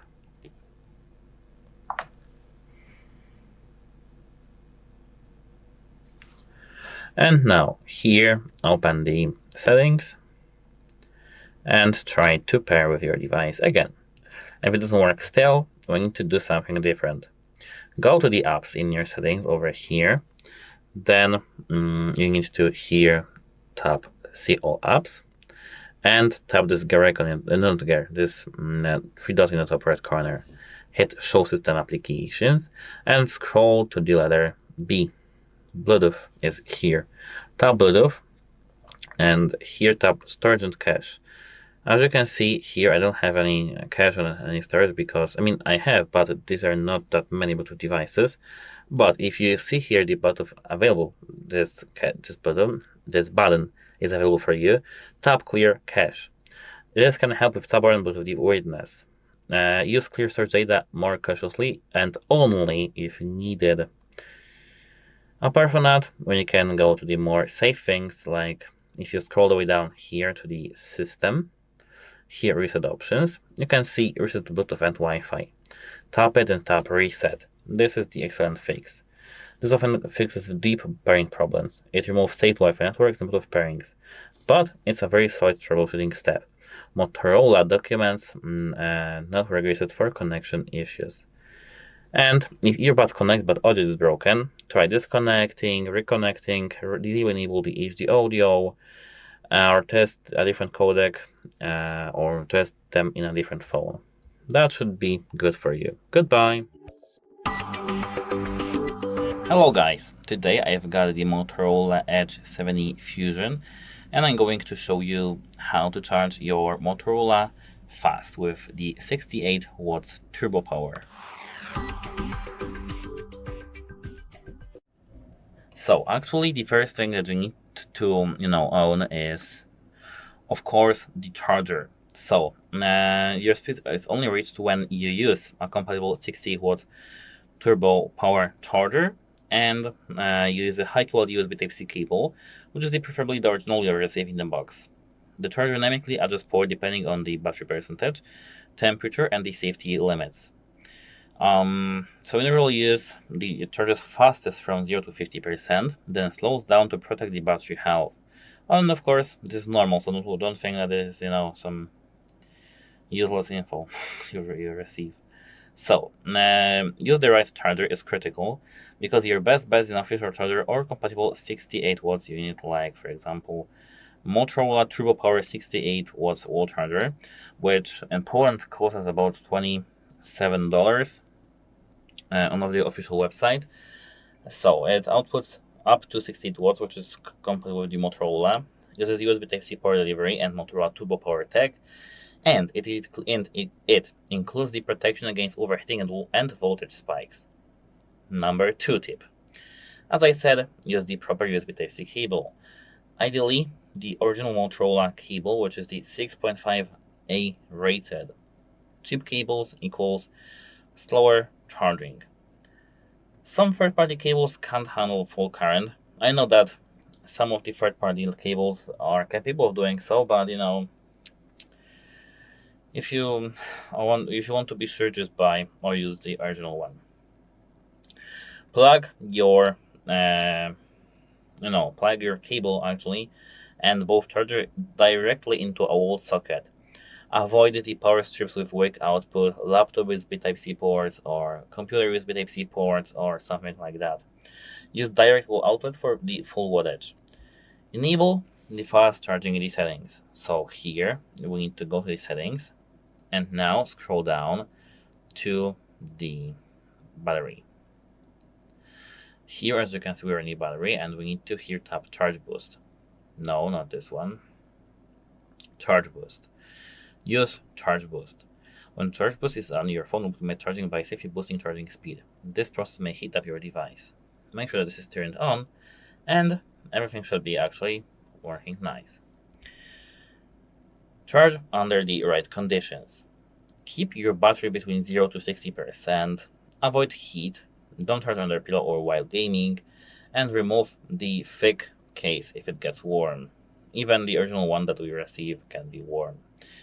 Can be bad for the health. Common mistakes that makes slow charging. Using the 30 watts or 33 watts charger. Using a random USB Type-C cable. Charging while gaming or using GPS. And expecting the 68 watts constantly.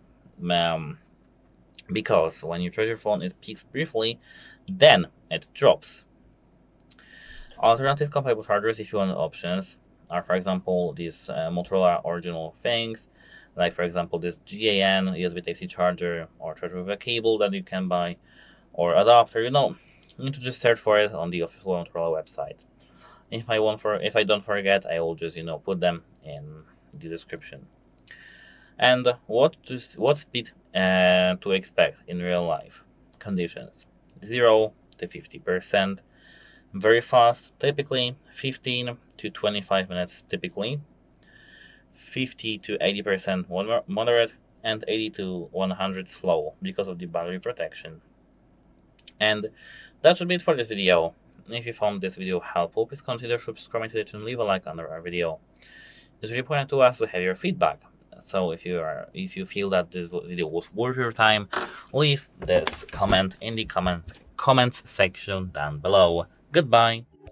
Hello guys, today I've got the Motorola Edge 70 Fusion and I'm going to show you the pro photography tips, composition and lighting tips.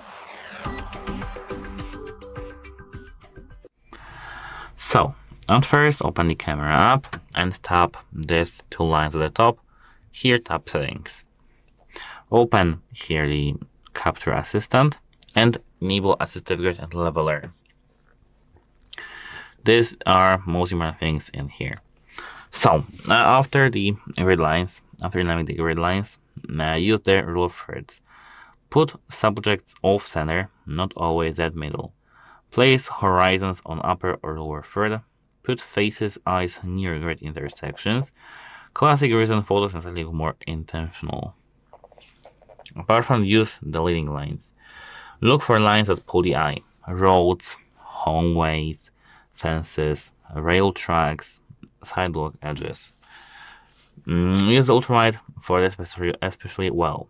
Like for example, instead of photographing a street flat on, shoot where the road leads into your subject. Huge difference. Switch to Pro mode. Here, as you can see, you can edit every single thing that is on our image, like autofocus, white balance, time at the shutter speed, ISO, and exposure. And here, as for the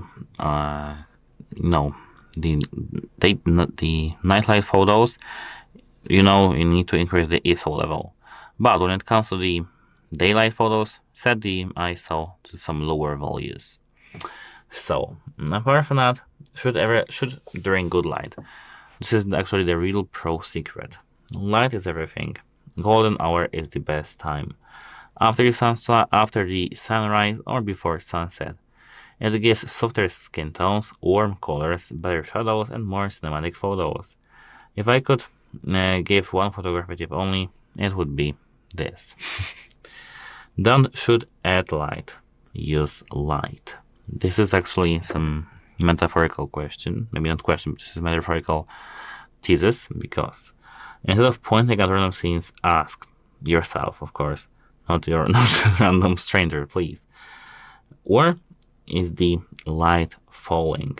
Use window light indoors, side lighting on faces, street lamps at night, reflected light of walls. Photographers chase light more than the subjects. Use foreground, middle, and the background. This creates depth. Include something close, main subject, and distant background. Especially powerful with the 0.5x ultrawide. Landscape instantly feels expensive looking. Fill the frame, so get closer. Most phone photos improve by stepping closer. But tiny subject into an empty scene, better subject dominates frame. Zoom with your feet beats digital zoom. Use negative space. Don't fill every frame. Leave open sky, walls, emptiness. Minimal shots often look very premium, and depending on what photo you want to take, but you can, for example, mix both styles, like both filling the frames and both negative space. Watch your background. This separates snapshots from good photos. Before shooting, check poles growing out of heads, random clutter, distracting objects, bright distractions behind subject. 1 second of checking helps a lot. For portraits, use side light. Instead of overhead light, stand subject near a window, turn them 45 degrees to light. Beautiful, soft modeling, way more flattering. Shoot for shadows too. Pros love shadows. Interesting shadows can be the photo actually, and you need to remember that. Try window blinds, shadows, street shadows, sunset silhouettes. They are very cinematic. And that's it. Hope it helps you, and goodbye. Hello guys. Today I've got the Motorola Edge 70 Fusion, and I'm going to show you if we have any desktop mode in this device. So you won't use actually Samsung DeX on Motorola because the DeX is the feature for Samsung devices only. But what we are given instead? We are given the Smart Connect. So at first, this is the easiest option. You need to at first open the application that is built in your device, Smart Connect. If you don't have it, you need to install it. Here, tap Get Started. Tap this arrow, tap this arrow, tap the stick icon, agree for the terms and conditions, private statement, and hit Continue. Allow required permissions while using the app, allow, and now here we are. Get started, add a device. Here we can tap sign in or pair without signing in. I will tap the second one. And this is actually the moment where we need to actually switch to our computer or our laptop, depending on what you want to pair. So let me quickly switch to my, as you can see, PC. And now, what we are supposed to do. We need to open our web browser, and I need to find it somehow. Here we have got the Chrome. I need to drag it right here. And we need to search for the Motorola Smart Connect. As you can see, the first thing is Motorola Smart Connect. I don't know why it's in Polish, but let's not focus on that. Here we need to search for the download button. Here we have download for PC. Click download for PC, and we are dragged to Microsoft Store. Hit download over here. Run this installer that is here, and now we can turn off our Google Chrome right now, and let's hit open. You should begin the installation, but as you can see, the installation is just you need to hit install and wait. As you can see, I had this application installed already on my device. I don't know why. Somebody must have done it for me. And now, as you can see, we have our application. We can tap remind me later. And as you can see, we have here plus. This is my QR code, and here we can this proof account. Click that I showed you earlier, or this scan QR code on our device. So click scan QR code, and now let me scan this QR code here. Computer box Cairo. We are unable to pair. Make sure to connect to the same Wi-Fi. So wait a moment, I need to fix this. I actually can't fix it, I don't know why. Sorry for that, it's my mistake. I found myself a cable that works for me. So let's do this with a cable. So here, as you can see, I've got the USB Type-C to Type-A cable. The first part of this cable, plug into your wall, and the second part of it, plug into your PC. As you can see, now I have an alert. Select USB mode. Select Smart Connect. Verify your identity. And here we are connecting. Here I've got this application turned on. Your device is paired Motorola Edge 70 Fusion. Get started. Here, now, that's how to connect. We can send files, receive notifications of streaming applications, access the gallery, share the screen, use our phone as a webcam. Let me, for example, show this to you. I hope that my OBS won't be, won't crash out in this moment. Unable to start activity. Okay, so something is wrong with my Wi-Fi network. I have some, as you can see, problems, but that's how it works actually. Here I've got the battery percentage, and that's how to sync. If you don't have these errors, you can leave me a message in the comments if it works for you, how does it work, even if it's cool or not. But that's it for this video. Thank you guys for watching. Leave a like and subscribe. Goodbye.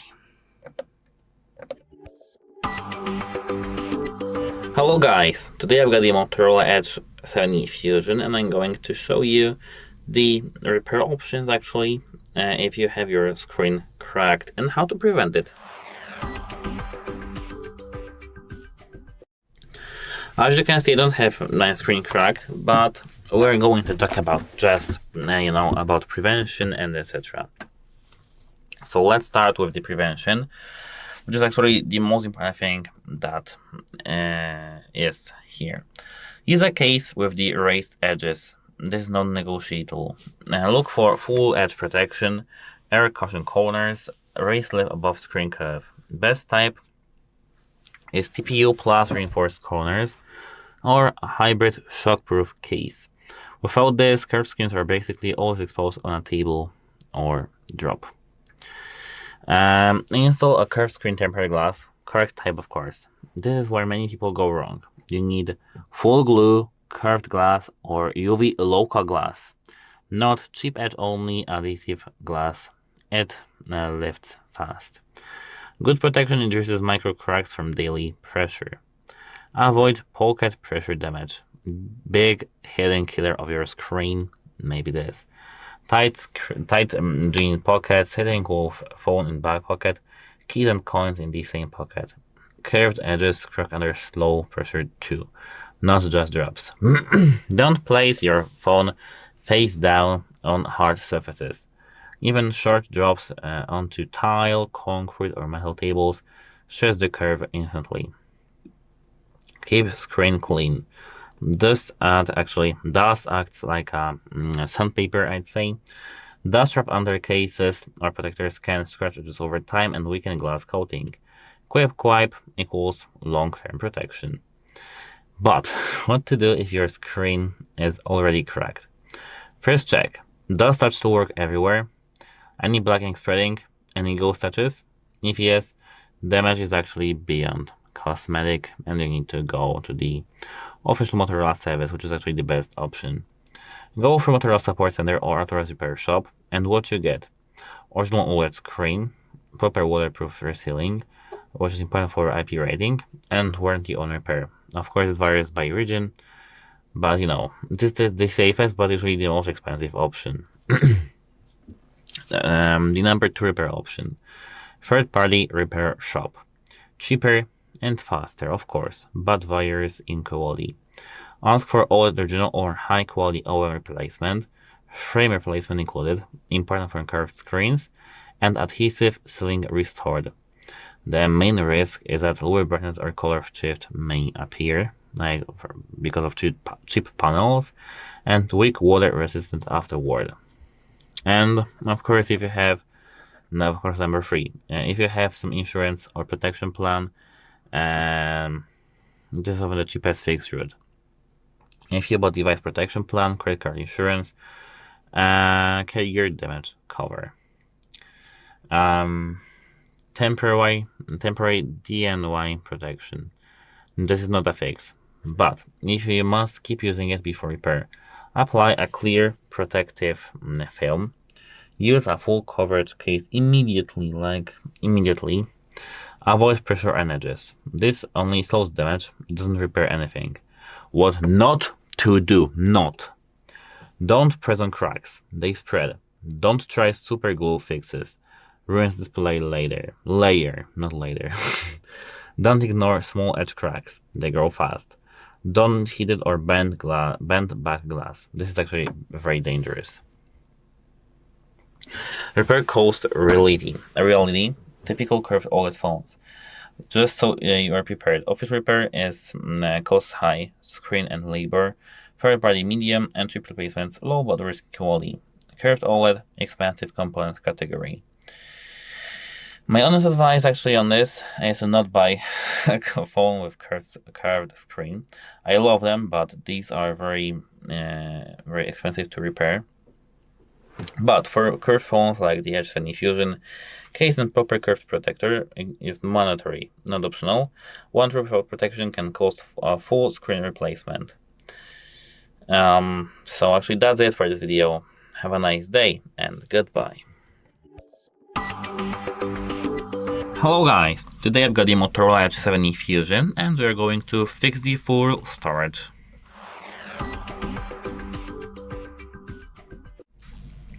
I mean, we're going to manage storage so that it isn't that full, but let's start with the basics.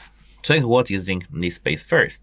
Open the settings and here scroll down to the storage over here. As you can see, you need to see what's taking this space. Here we've got apps, images, videos, audio, games, document, order, and trash. Here we've got system and temporary system files, but as you can see, we can't do anything with it. You need to just leave it as it is. These files, as you can see, this includes cache and other temporary files that are needed by your operating system. You may notice changes to the amount of storage used over time. So, as you can see here, quick actually cleanup wins. This is the biggest impact first, and it needs to be cleaned. Tap here this free up space, and here you need to select the files you want to delete. Like for example, as you can see, you can select this manually, or it's automatically selected like this. Here now, as you can see, you can tap here select files, tap it, move file to trash, move one file to trash. And now here we got this in the trash, and we can tap delete, select it, and delete. And you need to do this with every single thing that is recommended by it here. I mean, if you want to keep these photos or something like that, just keep it, but you know what I mean. So, don't start deleting actually blindly the files. Start with the big offenders first. So, apart from that, here, as you can see, if we have the applications, you need to start cleaning these applications if you need. I know that we have many applications that are actually on our phone included, and we don't use them. Like, for example, I don't use the Perplexity. We can tap it, and here, as you can see, we have clear storage and clear cache. So, make sure that you have here either cache clear or storage, or just home application uninstalled. And how to uninstall application? You can find it over here. Tap here this info icon and here uninstall. Or go to the app view. When you go back here, apps, and here see all apps. Now we can find the same application. It's letter P, so I can scroll down to P. Here you can tap it, and here again uninstall, and you can clear this list, as you can see, but don't tap here show system apps, and don't uninstall this Android system WebView or something like that. Leave these important applications on your phone. I mean, delete only the applications you installed. Like for example here TikTok. Clean the downloads folder. Open your files application, which should be here actually, files, and tap downloads. Here, select every single application that is here and clear it. Of course, you can move the files to the folders if you need, but all PDFs you don't need can be deleted. APK installers, duplicate the downloads, and all the files can be deleted. Downloads actually silently get huge, and I can actually relate to it. So, apart from that, you can offload photos and videos to the Google Photos. Open the Photos application and make sure the backup is on. And how to check it? Here, as you can see, we've got backup complete in the top right corner, but tap your profile picture here and tap backup. Make sure that this is toggled on. Here, now you can use the free up space option, which should be, wait a moment, it should be here. Now I know. Tap this profile picture here, manage storage over here, and as you can see, I couldn't hold data, but here you should see this option. So, that's it for the photos, and find giant videos in your gallery, which is still here, and delete them. Videos all from the real culprit. Search videos by size and look for 4K clips, long recordings, screen recordings, WhatsApp, and Telegram media. This can eat tens of gigabytes fast. And that should be it. Goodbye. Welcome. In this video, I will show you what to do if you cannot access your Motorola Edge 70 Fusion using your device's PIN code.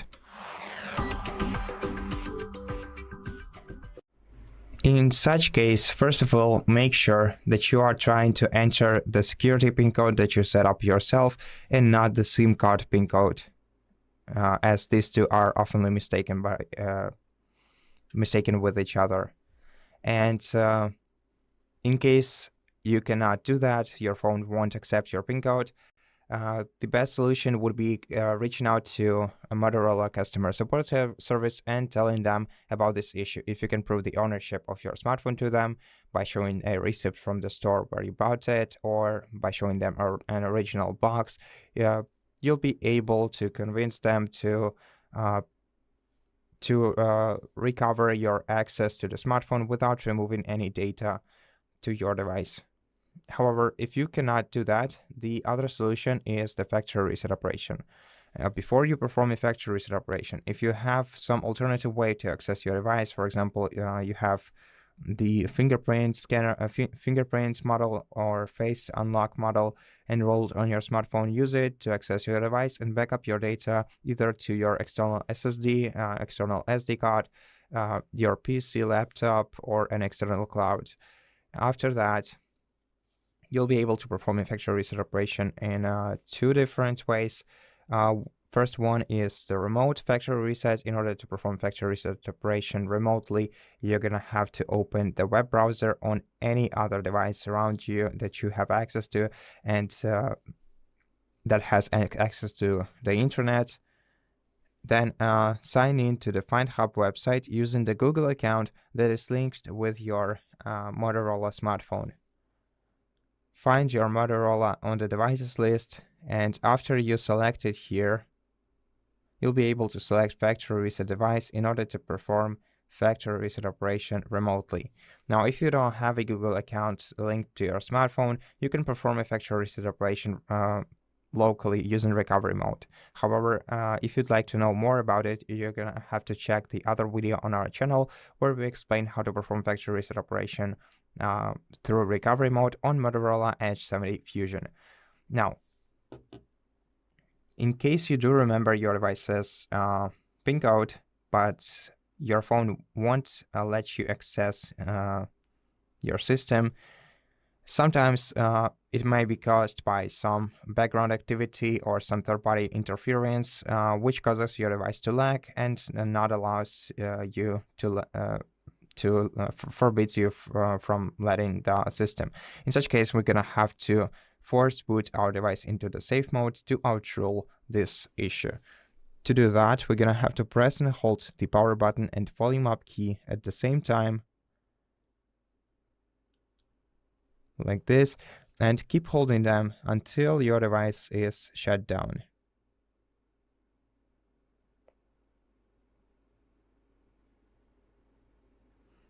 Once your screen goes off, wait for the Hello Moto logo to appear on the screen and then wait until your device slightly vibrates. Once it happens, start holding down the volume down button and keep holding it like this until your device restarts.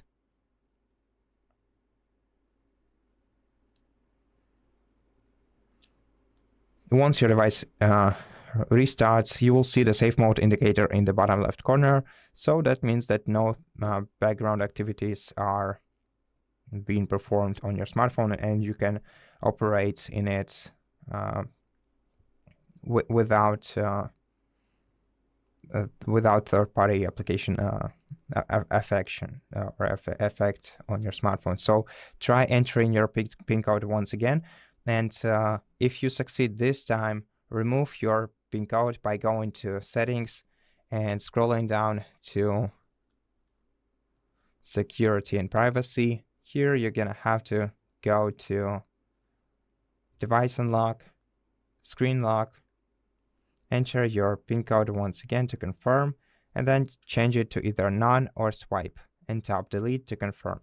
Then to restart your device back into the normal mode, press power button and volume up key at the same time and select restart. And that's it. Thank you for watching this video. If it helped you, please consider subscribing to our channel, leave us a like and a comment below, and I'll see you in the next one. Hello guys, today I've got the Motorola Edge 70 Fusion and I'm going to show you how to customize the home screen and widgets in this device.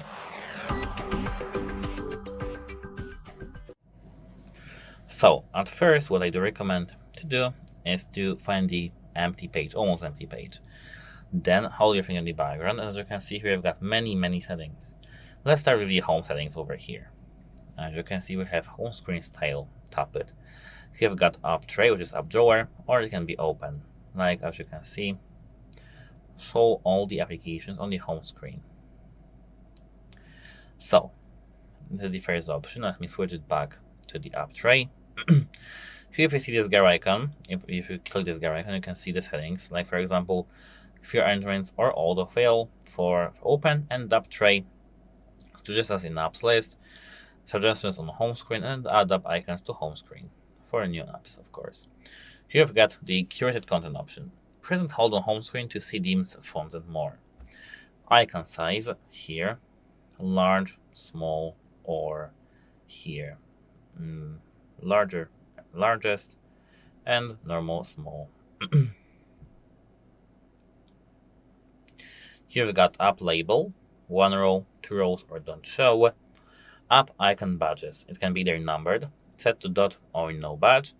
Lock home screen layout. Icons and widgets will be locked in place, so you can't just move them around. Swipe access. It can be either Google Feed or nothing. This is this option over here. If we, for example, do something like this and we want to see some news. And of course, as you can see, we've got some feedback, but this is not included in customization. Here, as you can see, apart from that, you can see themes. You can set either to default, Moto, Seaway, Oni, or Merlot. Let me, for example, tap to set to Merlot. And you can tap blend my wallpaper. Now we can set it to either wallpaper to leave wallpaper or just disable it. Here, font. We can switch to default to different font, like for example this one. Now, apart from that, here we've got something here called personalize. Here we have got everything: colors, icon shape, lock screen, display size, layout, fingerprint animation, sounds, and dark mode. So as you can see here, we've got this wallpaper that I added a moment ago. Home screen. As you can see, we've got add effects, and we can, as you can see, add zoom to the live photo. Here, animate like sway, ripple, snow, rain. Here we have stylize and others, which as you can see needs to be loaded in. Blur, default, or brightness. I can, for example, tap sway over here and set. We can tap set to home screen, and the same as here with my photos, image to dynamic or curated images. Apart from that, here we've got colors, and we can edit colors that we have set on our phone. I can set it to, for example, green or some custom one. Icon shape. We can set it to either circles, this as messenger, quick chats, some, as you can see, funny circle, normal circle, and here square. I'll set it to these circles, like funny circles. Here we've got lock screen, but this is not what this video is about. Later. Here we've got display size and text, layout, fingerprint animation, sounds, and dark mode. Display size and text is here. Font size, we can set the font size to bigger or smaller. Display size, bigger or smaller. Bold text and outline text. This is of course for whole phone, but it works for the home screen too.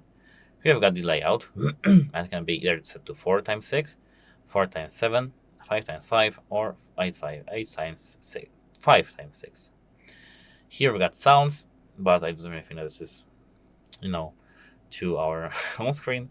Fingerprint animation over here, boomerang, chroma dial, which is I think the best over here from this. And now, how to add widgets. Hold your finger over here and tap widgets over here.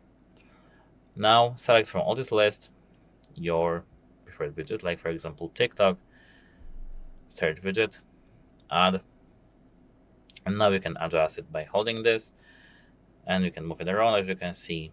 And that's it. Hope it helps you, and goodbye. Hello and welcome back to HardReset.Info. In this video, I will show you how to fix Bluetooth not connecting on Motorola Edge 70 Fusion. Let's begin!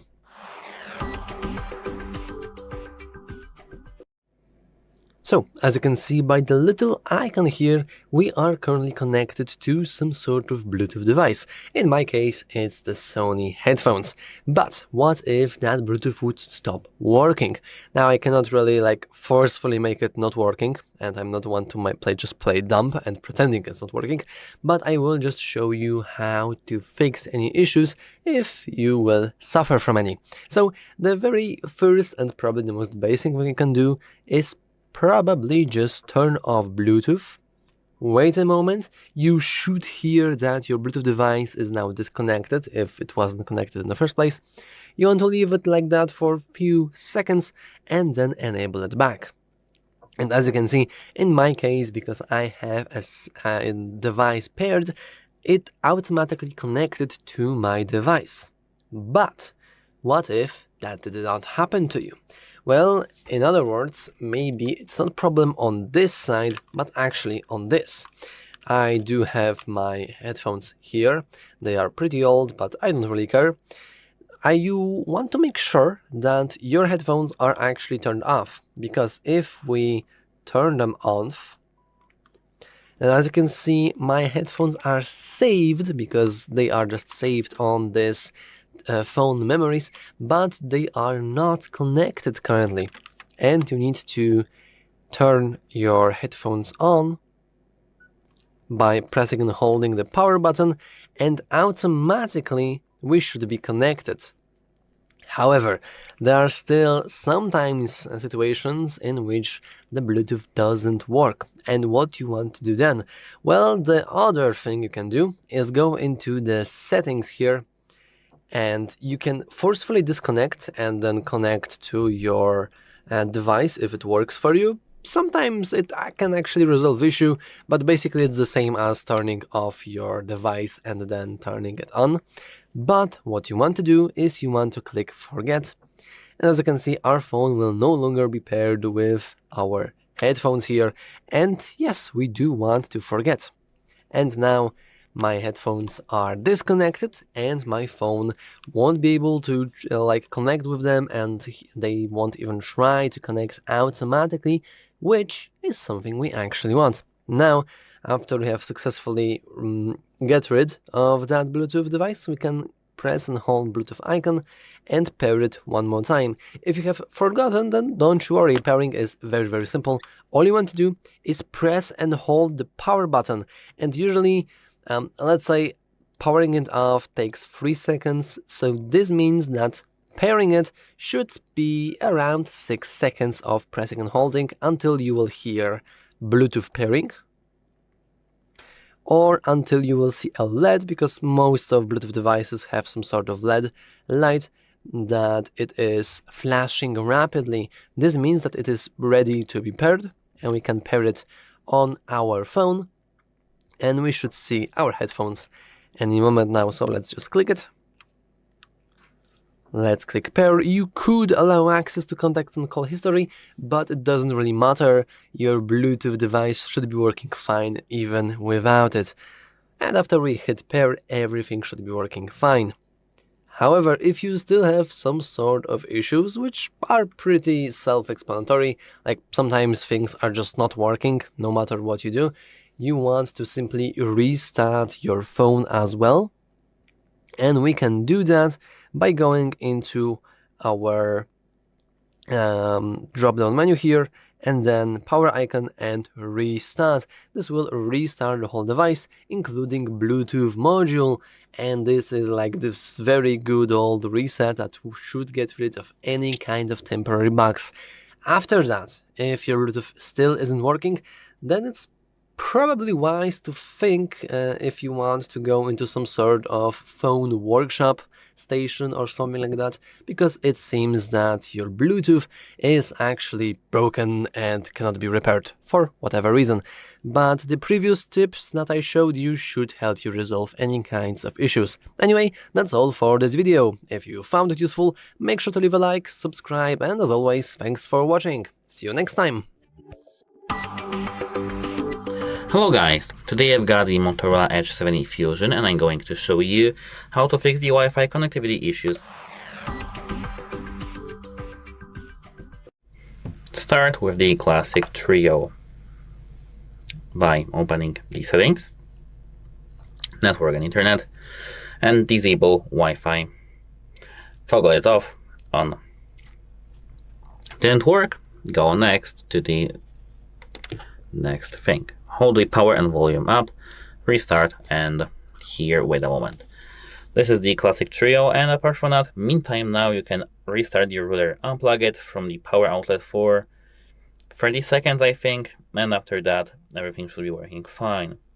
Seriously, this solves a surprising amount of Wi-Fi connectivity issues. Motorola specifically recommends router restart as a troubleshooting step. And now after the restart we can go to next thing. So open the settings, open here the network and internet, open Wi-Fi, and now if you are connected to the Wi-Fi but you have some issues, tap this gear icon and here forget. If you are not connected and you can't connect, just skip this step. Then try to reconnect to your Wi-Fi network again. Tap your Wi-Fi network and try to reconnect to this. I need to uncover my password so that I can see if I'm typing this correctly.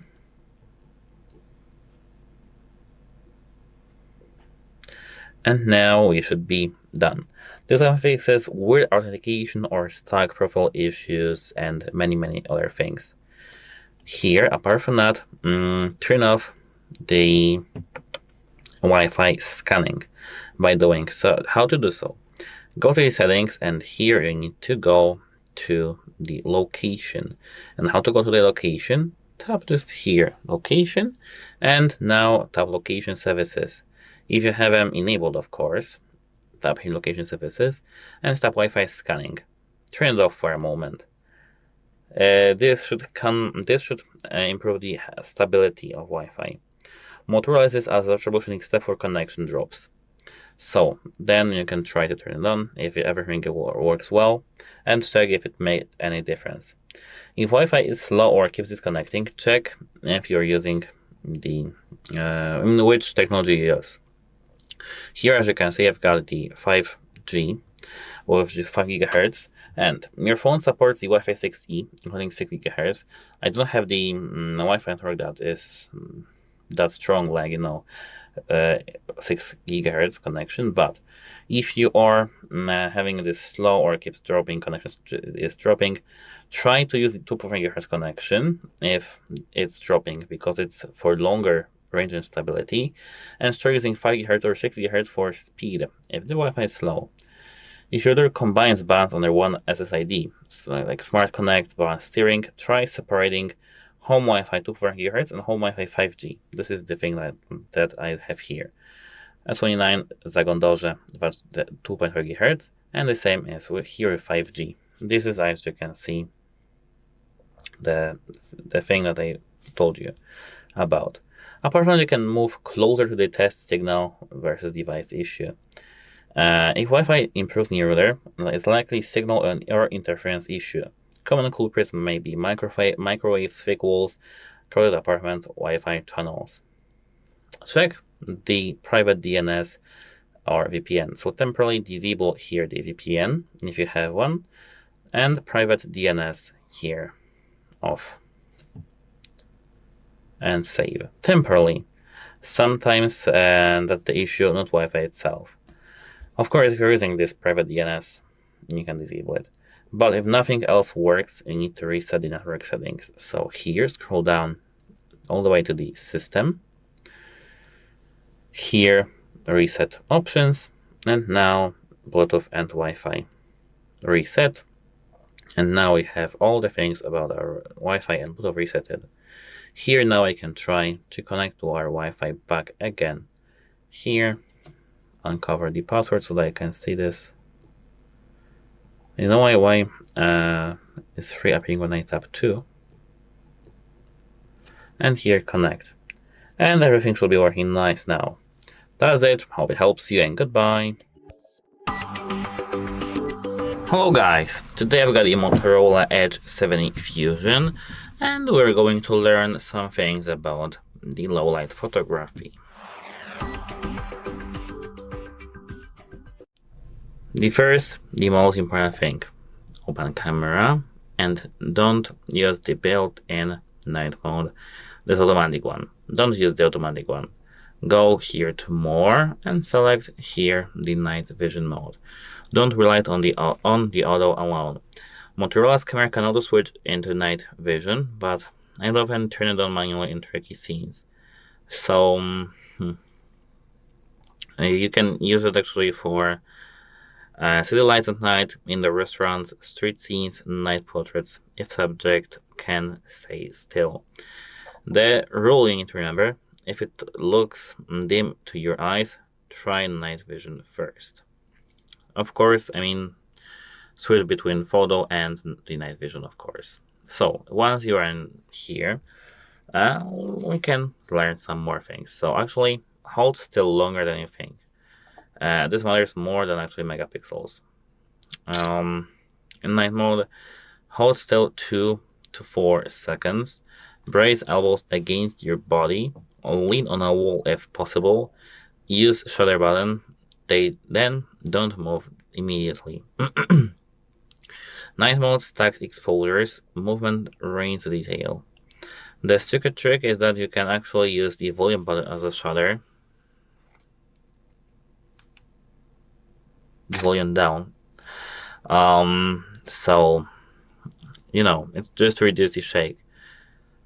Apart from that, tap on your screen to focus on the bright subject. In low light, tap on faces, signs, lamps, and subjects. Don't let the phone guess what you want to, take a photo of what. Especially helpful it's for candlelight shots, neon signs, and night portraits. Number 4, don't overuse the flash. And most people do this actually wrong. Use flash only for very close subjects and emergency documentation shots. Avoid flash for the atmosphere shots, food, city scenes, and portraits because they are usually harsh then. Night vision usually beats flash. Look for light, don't fight darkness. Good low light photography is often find light. Use shop windows, street lamps, neon signs, candlelight, reflected lights from walls. Even tiny light sources help dramatically. This is actually the rule number 1. Use the main camera at night. Don't zoom in, as you can see, up to 10x. Just use the 1 times 1. This mode. Have a digital zoom, adds noise, and ultrawide in very dark scenes. It's usually, avoid this. Avoid the ultrawide in very dark scenes because they are actually weaker at night. Main sensor and crop lighter is actually better for the results. So, for night portraits, you need to actually back up a little. So, this is actually a counterintuitive trick. Step back slightly and use available ambient light. Let night vision work, often better than standing too close in the darkness. Use HDR only when appropriate. HDR is great for contrast scenes, but Motorola specifically knows HDR isn't ideal for many low light indoor shots. Use HDR for sunset cityscapes, bright signs, and dark streets. Skip it for very dark scenes, moving people at night. So, these are my favorites. I've made a list for the best low light setups. So my favorite actually for the night street photography is night vision on, 1x camera, tap focus on lit subject, and hold still for 3 seconds after shutter. Restaurant or food, no flash, move near lamp or window, tap focus on food, lower angle for warm lighting. Night portraits, subject under soft street light, night vision, keep subject still, and shoot multiple frames. Take 3 to 4 shots. One will often be magic. So actually, that's it. Hope it helps you, and goodbye. Hello and welcome back to HardReset.Info. In this video, I will show you how to fix battery drain on Motorola Edge 70 Fusion. Let's begin! The very first step of trying to diagnose every single problem with battery drain is to simply go into the settings, and then go into the battery, and finally battery usage. In here we can see every single application and percentage that this application ate, basically. So as you can see, on this phone I've been gaming a little, and these games are pretty power hungry. So if you have something like this, maybe not, but if you have, for example, games that you use and they do waste a lot of battery, well, unfortunately, the only real advice I can give you is to just use them less, unfortunate, or use them while you are plugged in into your charger. You could potentially go, for example, into Call of Duty here and try to see the settings and see if there are some power saving settings there, but more often than not, unfortunately, you won't be able to find anything. However, if you have much bigger amount of application here, and you don't really remember using them, then this means that these applications are actually secretly working in the background and wasting your energy and probably spying on you as well. And if that's the case, the best solution to that is to simply uninstall them, because such applications are called bloatware, and we can go and uninstall said bloatware if we go into apps. You can see all 69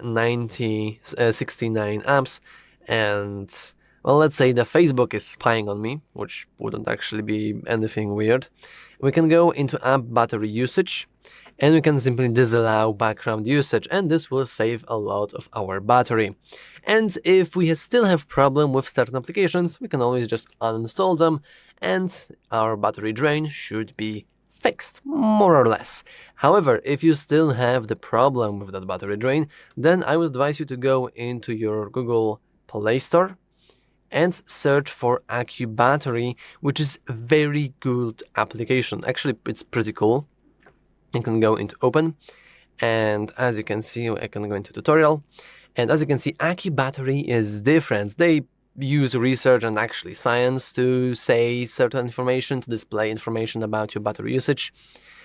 We can discover our battery's real capacity, and you have a little bit of theory that your battery drain and battery life also just wears out naturally with every single battery cycle. And as you can see, the longer you use it, the more information it gets, and it becomes smarter. And as you can see, we have our calibration, of course. If you have precisely Motorola Edge 70 Fusion, then you should have basically the same thing as me. And in here we have few different things, but the most important thing is you want to make sure that your AccuBattery actually has those background permissions that I've been talking about before. So let's click that. Let's go into Open App Settings. Let's go into App Battery Usage. And here we do have the allowed, but let's go into permissions. And as you can see, the only permission it actually wants is the battery, is the notifications, which is pretty interesting. Let me check out. Battery usage restricted. Please open the app details page, scroll down to find app battery usage and set it to unrestricted. Oh, okay, that makes sense. So let's go into here, app battery usage, and just oh, wait a moment, that's not correct. Okay, here, manage app if unused. But yeah, basically this app is really good, and I do think that if you have any troubles with battery drain, you should just install it and you should see how it looks. As you can see, my estimates are pretty good. If my screen would be on for every single second, then the battery should last for about 5 hours, which is not ideal, but this calculation is based off average battery usage, and currently the battery usage is, I believe, non-existent, or it has very little information. But oh yeah, based on one session, and that session wasn't really long, so it may not be accurate really. But yeah, that's basically all for this video. If you have some other tips and tricks on how to fix the battery drain, you can share them down in the comments below. And anyway, thanks for watching.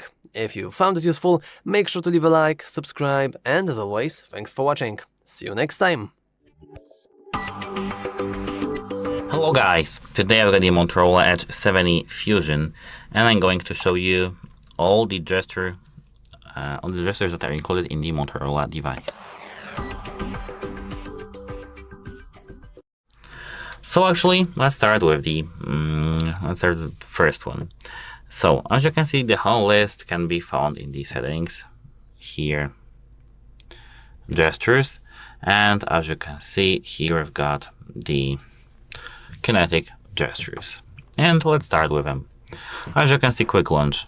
Double tap the top third of the phone back to trigger custom actions. Tap this gear icon to edit this. Tap strength. Here we've got gentle tap, moderate, or hard tap. Let me, for example, open the screen. Take screenshot.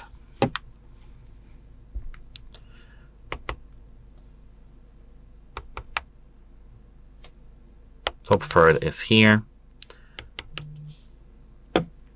I was fighting with the same gesture yesterday.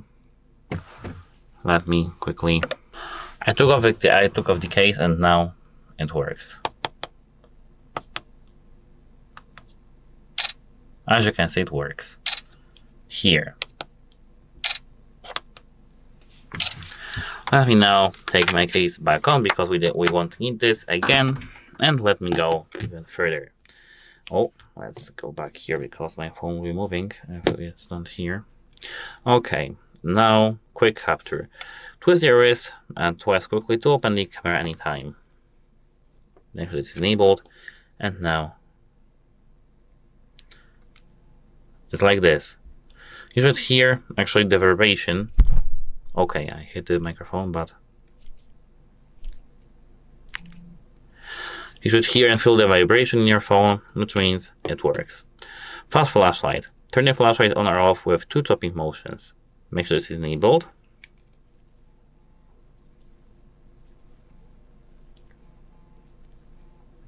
It works. Lift to unlock. Unlock your device by picking it up and looking at the screen. Enable it and enable face unlock to use it. Enter your PIN code. Set up the unlock with the face. Make sure this is ticked to your own preferences. And now align your face in this circle. It's me. Face unlock is active. Hit done. Use lift to unlock. And now.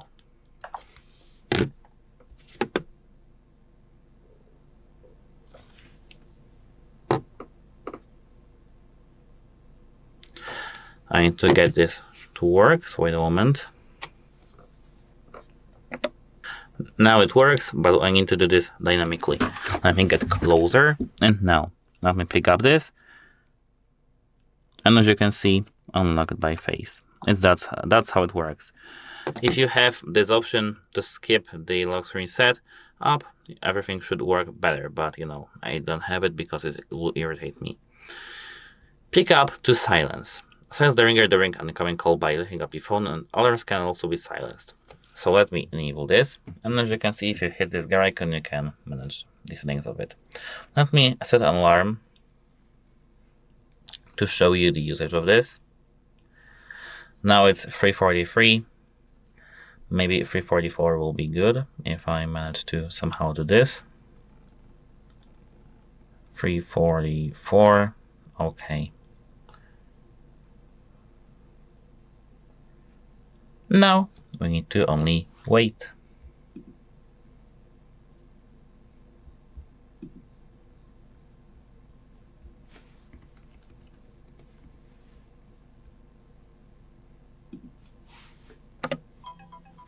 Alarm. Here. Oh, pick up for silence. And do this again.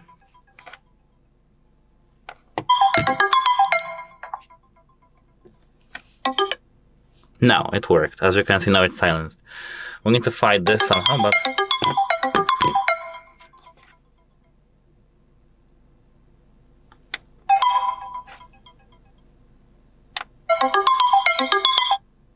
as you can see, it's that cool.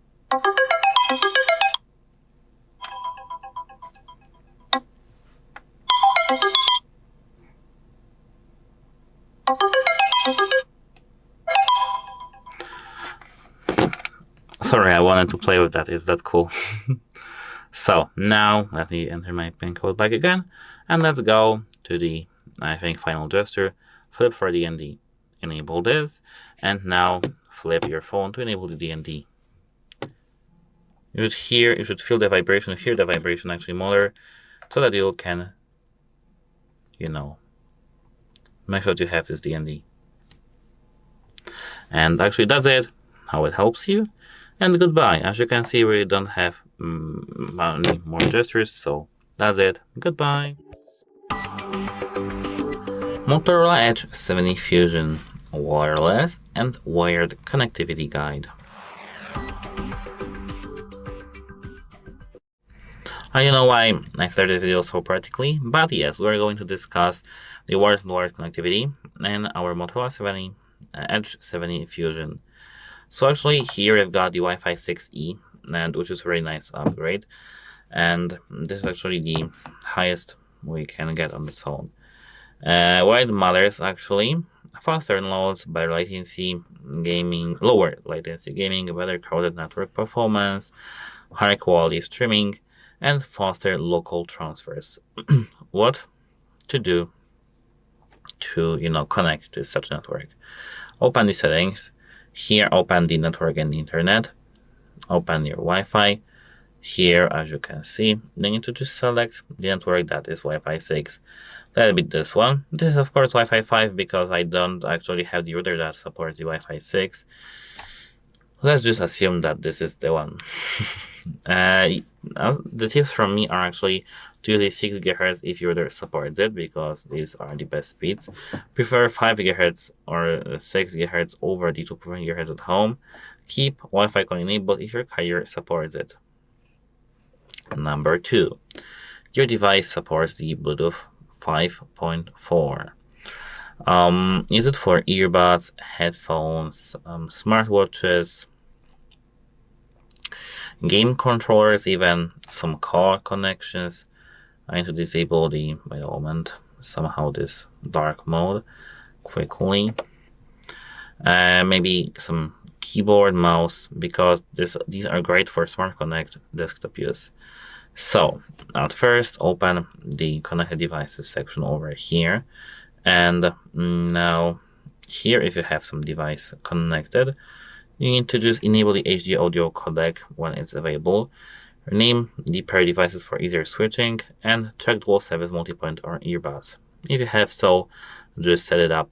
We probably have the videos for your devices, so check that out on our channel. And now as you can see, we've got something called connection preferences. Open Bluetooth, and as you can see here, we've got the same thing actually that was here. So don't worry about this. One thing that we can care about here is NFC. So let's start with the NFC. And this is actually useful for the transit passes, quick device pairing, NFC tags for automations, Google Wallet, contactless payments. So turn it on here, and why? Now once you have it turned on, you can do everything that I showed you in a moment ago, but you need to set up these contactless payments and set up your credit card here in your Google Wallet. And let's start with the SIM cards.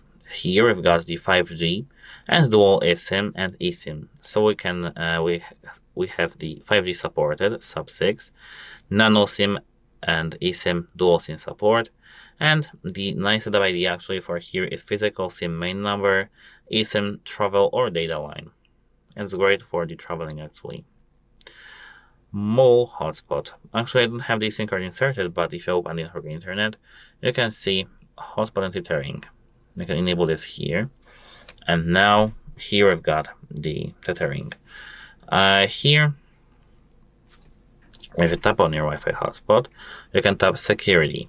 I'd actually set up, I'd configure actually this WPA3, and wait a moment, now it's set up, and of course here speed 5 GHz.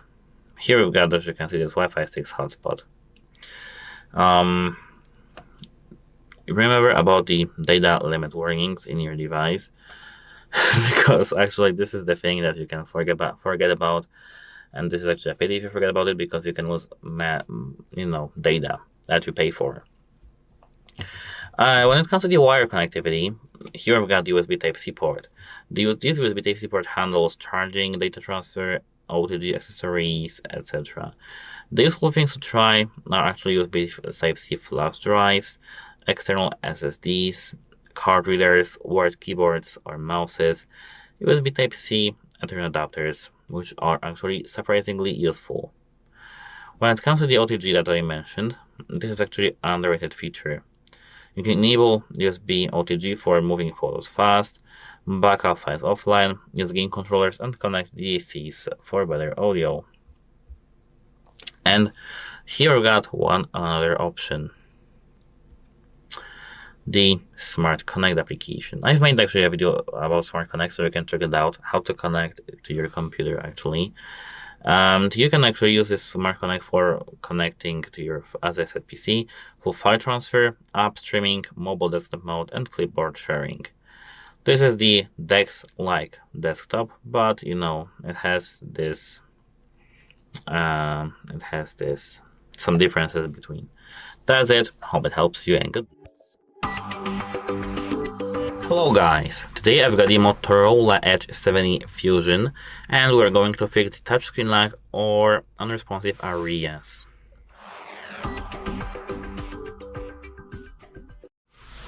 So actually touchscreen calibration isn't like usually a normal Android setting anymore.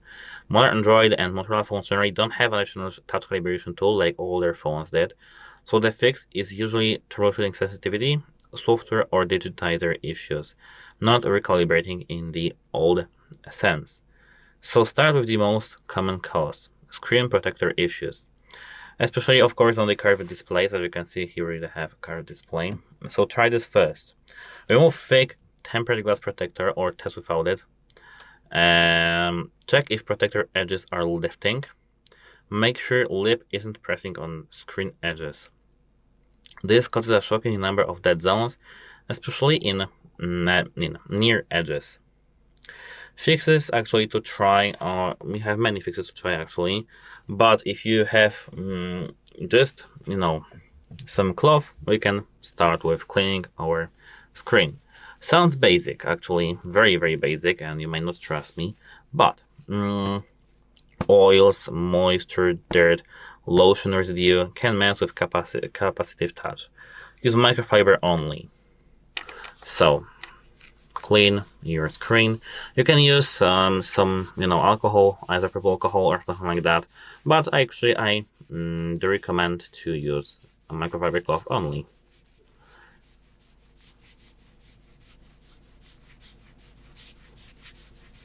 This should fix your issue actually, because as I said, oils, moisture, lotion residue or dirt can mess with the capacitive touch. So this is the first thing that you can actually do. The second thing, the third thing is to just restart our phone. If your phone is frozen, you can't, touch or do anything. As you can see, when we hold power button, it doesn't actually do anything. You need to hold the power and volume up until you see the Motorola logo. If it doesn't work with the volume up, we need to try a different combination, but we are trying to do a false restart of our device. As you can see now, we have a black screen. Keep holding your buttons. Now you can lift them. We could see the logo. I think it was lagged and our phone doesn't want to be turned on, so hold the power now and now lift it. If your phone is, as I said, badly frozen and you have, oh sorry, my Facebook is here. And if your phone is badly frozen we need to restart it because it often clears touch glitches, many touch glitches actually. So, number 4, test if heat or charging causes it. It's very overlooked, but does lag happen while charging? When phone is hot? During gaming? If touch gets worse while charging, try another cable, charger, outlet, power outlet, and test it unplugged. Electrical noise or heat can affect touch behavior. Remember about that and be aware about that. Turn on higher touch sensitivity. Actually, if you don't, have your display actually working, you can't do anything, but let's try. Settings, here, open display, and here we need to find this. I saw this option actually earlier. I think it will be in accessibility settings. So let's scroll to the accessibility settings.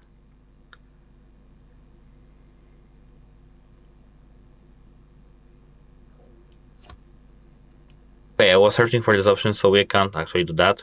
I don't know why, but this option isn't available here. I thought that it is actually, but it is not. So we can't actually do this. Let's go even further. If you have access to the display, go here to the About Phone section. Here, go to the device identifiers and tap build number until you are prompted to enter your lock screen password. Enter it, and now as you can see, we are now a developer. Go back if you can, and here go to the system. Developer options. Of course, I think that if you have the keyboard that is Bluetooth, or you can connect this keyboard and mouse via USB Type-C, you can do everything with the mouse and you don't need to use display, so I think that's nice. So here, use developer options for pointer location test. And we need to here search for the pointer location. So here,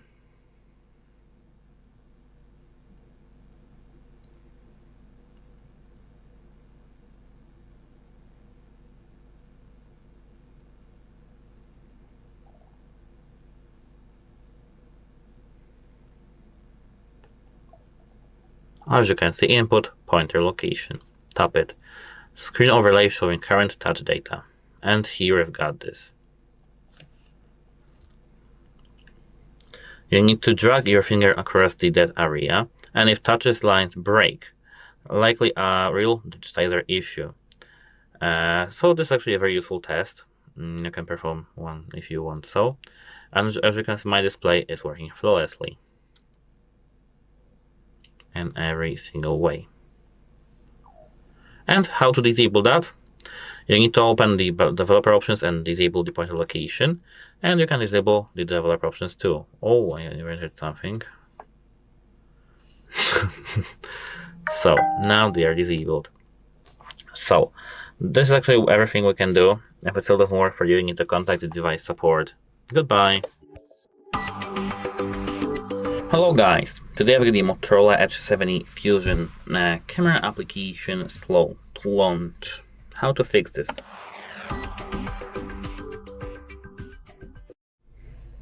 If the camera on your Motorola Edge 70 Fusion feels slow to launch, it's often fixable without doing anything drastic. So at first, open the settings on your phone, and we can do some workaround, maybe not optimize, but let's just, try to play with our phone. Overcome the issue. Gestures, quick capture, and enable it. Now, when we have some lags during normal launch, we can do something like this. And this is actually a very, workaround. This should be working for you. This is often faster than tapping the camera manually because Motorola Gestures support includes a quick capture like you can see right now. Apart from that, restart if you want to optimize your phone. Restart your phone. Hold the power and volume up. Click and restart. Seriously, if you don't, trust me, try to trust me for once. Do this before deeper troubleshooting. If camera lights are recently after updates or app installs, or reboot may clear stuck processes. We are trying to, just do from the least to most drastic, actually, fix. Maybe not drastic, but you know what I mean. Here now, after some 5 minutes, try to turn on your camera app. After this, every single background process is done, and they should fix your issue. If it didn't fix your issue, clear actually the camera app cache. Hold your finger in the camera application, tap info icon. Here, tap storage and cache, and hit clear cache. How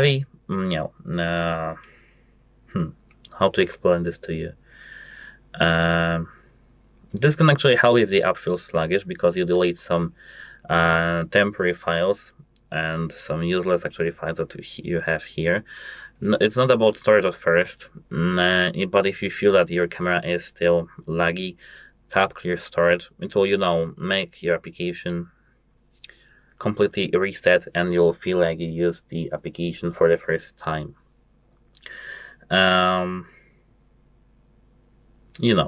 It's just reset this option resets the camera preferences and this not. So use only later if needed. So apart from that, check if too many applications are running in the background. As you can see, deleted 2, and here we've got 3 in the background apart from the camera, so 2. And heavy multitasking can delay camera launch, so try to close large games or applications and then reopen the camera. If launch becomes fast again, memory pressure may be contributing. Update everything in your device. Check if you have any system updates over here. In these settings, then system updates, and here. Camera performance improvements often come in updates, so do the same with many other applications, like in the Google Play Store. Where I have it. Here I have a Google Play Store. Tap your profile picture at the top right corner. Tap Manage Apps and Device. And here, tap it. Check for update. And if you have any updates, update it. Apart from that, you reduce the storage pressure. If storage is nearly full, cameras can be slow and feel slow. Open the settings. Open here storage. And clean unnecessary apps, unnecessary images, videos, audio, games, documents, and just everything you have here. You can tap here free up space, open, allow it, and here, just free up space with this here clean. Clear. And here, as you can see, we've got not many space, but it's 143 kilobytes. Not much space, actually. And actually, that should be it for storage. And turn off the battery restrictions for the camera, if it's restricted, of course, by you, by opening here apps. See all apps, scrolling down to the camera. Here, up battery usage, and enable for all battery usage. Apart from that, go back to the battery here, and here tap battery usage and find the camera somewhere here. If it's not here, we need to somehow do this, but we need here, manage background applications. We need to just find somehow the camera like this, in this way, because here, as you can see, if you tap battery usage and here tap on this application, here you get manage app battery usage, and here you need to tap always allow for your camera application. So turn on your camera for a moment, try to lose some battery percentage using this.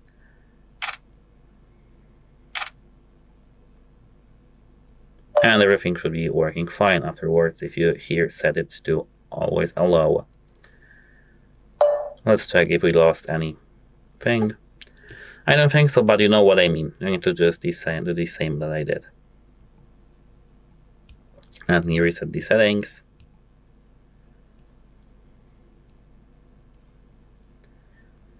Here, battery usage. Well, no, we don't have the camera application here, so you need to try to get it here and then disable it. Watch for heavy camera features slowing startup. Sometimes lots of extras can add delay to it, so tap this button in the top right corner, tap here settings, and here, just try to disable some things, like for example here assistive grid or leveler or something like that. Test whether launch is faster after simplifying all these things. And actually, that's it for you. Goodbye. Hello guys, today I've got the Motorola Edge 70 Fusion, and we're going to go through all the accessibility features and inclusive settings this device offers.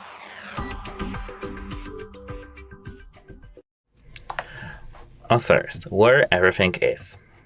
Settings. Scroll down to the accessibility right here.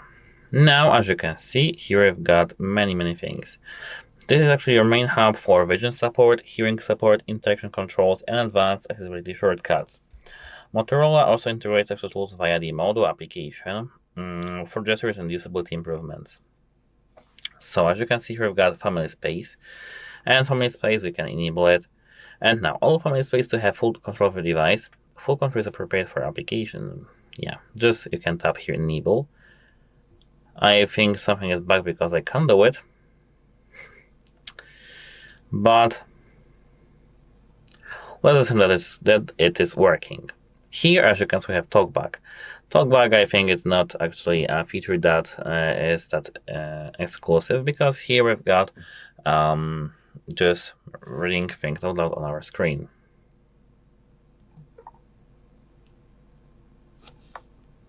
TalkBack reads content on your screen aloud and changes how navigation works on your device.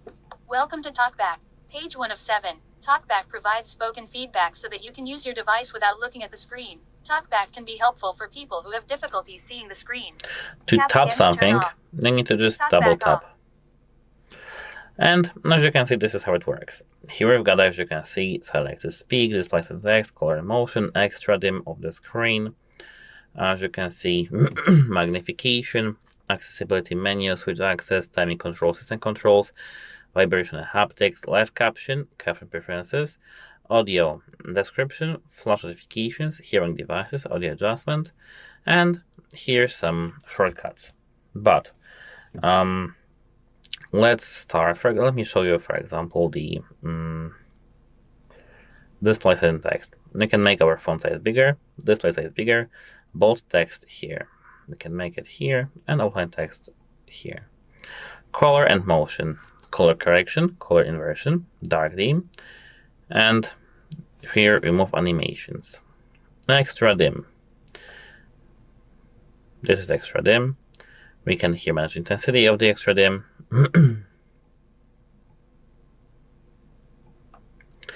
Keep on after the device restarts, and extra dim shortcut. Magnification. You can zoom anywhere, as you can see, and you can, for example, here enable the magnification shortcut, tap got it, and here tap this icon, tap somewhere, and you can zoom in here to see the details. And wait a moment, I need to go back there because I accidentally got out of this here. And now to exit, tap this magnifying icon again. If you tap this gear icon, you can here manage the magnifier size, zoom in, zoom out, zoom in, zoom out. Tap this button over here to get the partial, as you can see, magnifier, and do much more, as you can see.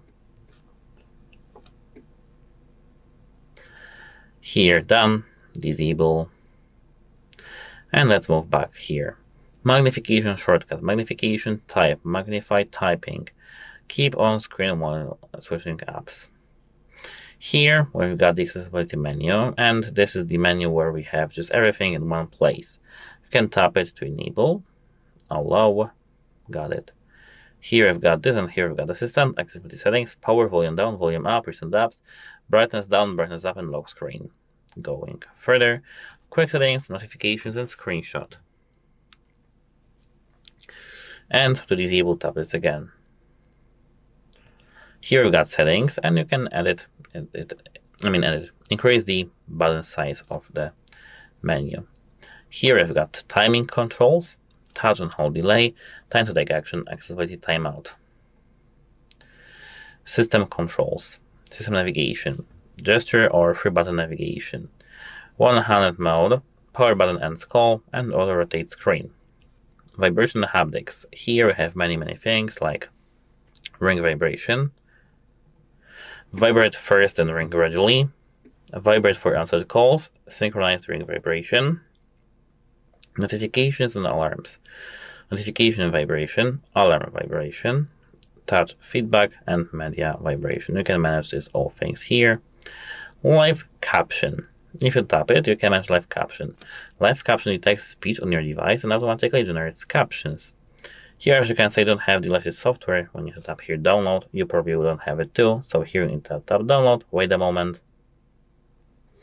and this option should be available in a moment. As you can see, now it is. Enable it, tap got it, and now if we play some music, maybe not music, but if we play some video, it should be available here. As you can see, we have here languages, and we can add language and manage anything. Here, caption preferences, like for example here, show captions, caption size and style, and here, language. Expressive captions, manage this, and use expressive captions, assign to captions, show sound labels, show speech emotion, lengthen words, hide profanity, live caption volume control. Here, type responses during calls and voice for type responses. Here, caption Here we've got the audio section. Audio description. Here a description of what's happening on screens in separate movies and shows. You can tap it enable disable. Flash notifications. Flash the camera light on the screen when you receive notifications or when alarms sound. Camera flash and screen flash. We can tap enable and preview, and this is how it looks like.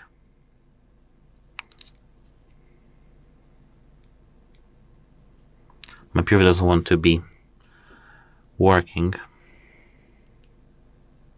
Now it is, as you can see. Okay, we can now go back, and here we've got hearing devices. If you tap hearing devices, you can see that we can pair a device, set up and manage AS, HA, and LE audio hearing aids, cochlear implants, and other amplification devices.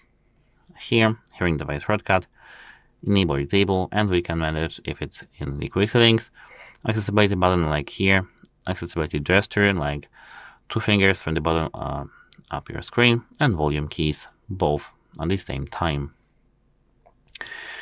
Here, let me disable these flash notifications because I don't need them. Audio adjustment. Here we can manage if we want to have mono audio enabled and move the audio buttons more to the left and right. Of course, when it comes to speakers in our phone. And actually that's it. It's a pity that family space doesn't work for me. I don't know why. It just doesn't want to work. But that's actually it. If you have any questions, leave them in the comment section down below. Goodbye. Hello and welcome back to HardReset.Info. In this video, I will show you how to improve battery life on Motorola Edge 70 Fusion. Let's begin! And let's begin by simply saying what exactly eats and wastes your battery and therefore removes the battery life. Well, maybe not removes, but just makes it a little bit worse every single time you charge up your device.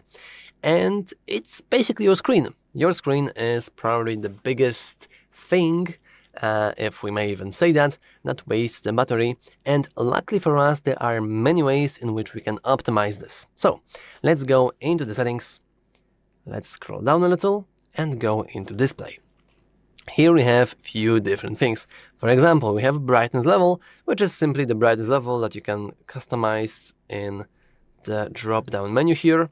And generally speaking, if I would bump this up to maximum level, not only it would really look bad on the recording, but also the power needed to display this at such bright rate is just enormous. So let's make sure that generally speaking this is pretty low, and therefore adaptive brightness, well, some people say that this should have been turned on every single time, some say this should have been turned off every single time.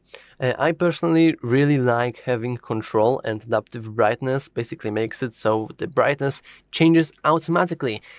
And more often than not, it actually bumps up the brightness, especially when you leave your home and there is a lot of sun, and maybe you don't really need to change the brightness level, and if you do, you can always do that manually.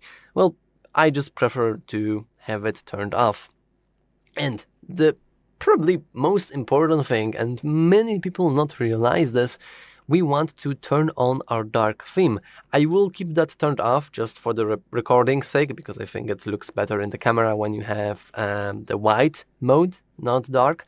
But basically, why dark mode is such a lifesaver and battery saver as well. This is because most screens are OLED screens, and they require much energy to just display white pixels. And if majority of pixels on your screen are white, then, well, naturally you need more power to display those pixels. However, if more pixels are actually black, not white, then you need less battery and less power to display such pixel ratio, so having dark theme is actually very, very good. Are there more things that you can do? Well, of course.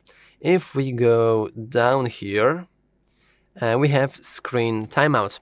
And usually I know surprisingly a lot of people who have this screen timeout set to, for example, 5 minutes or even 10 minutes, and they just tend to leave their phone like that and go, and their phone is still here, still on, and still wasting battery power. For what? For nothing, actually. It serves no purpose other than wasting your battery, and therefore making sure that your battery life is not long enough, trust me.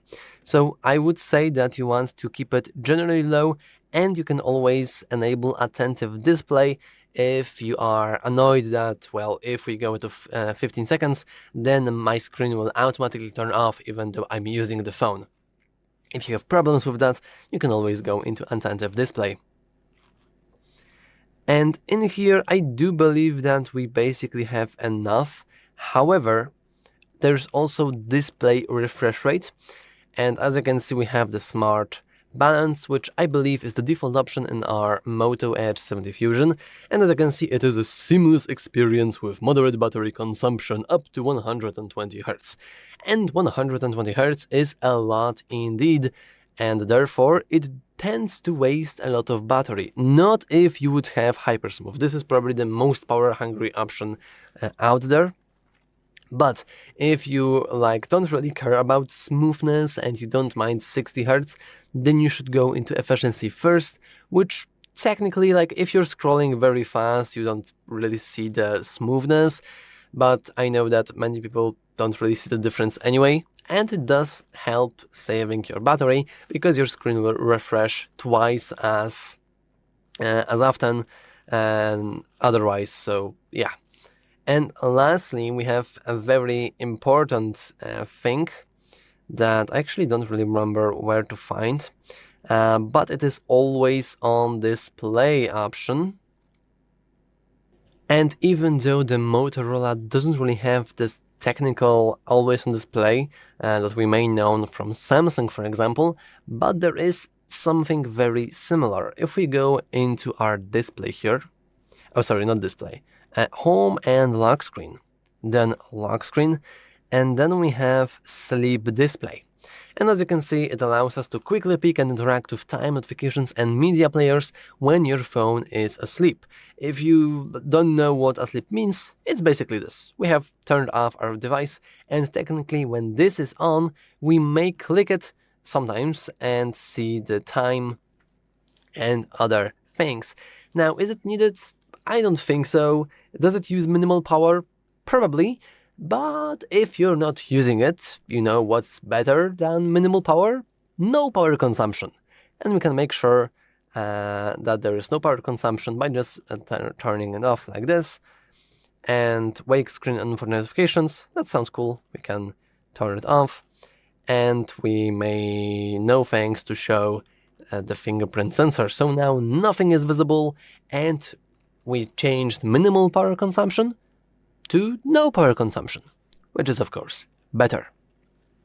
And lastly, about things that may eat your battery, we can go into our battery settings and go into battery usage. And here we have certain applications that tend to waste our battery a lot.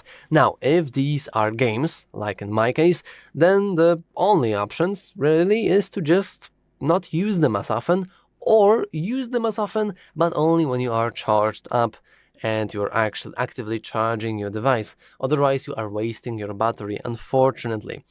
And if you see applications that actually have surprisingly high percentage, even though you're not really using them, well, then this means that we have a bloatware. And if you find application, for example, let's say Facebook. Facebook is notorious and known for wasting your battery power and spying on you, but that's other kind of worms.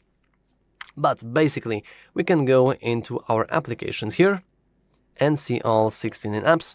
And for example, well, let's say that Facebook here, we have successfully found that, hey, you are wasting my power, you are making sure that my battery life is not improved. And what then? Well, we can go into app battery usage, and we can disallow background usage, and if it's not helping, we can always just uninstall it. And if you are addicted to short-form content, then trust me, you will see that you now have a lot more free time than you probably think. And actually, that's all for this video. If you found it useful, make sure to leave a like, subscribe, and as always, thanks for watching. See you next time. Hello guys, today I've got the Motorola Edge 70 Fusion and I'm going to show you how to fix the overheating issue. If your Motorola is getting hot, first, warm and overheating,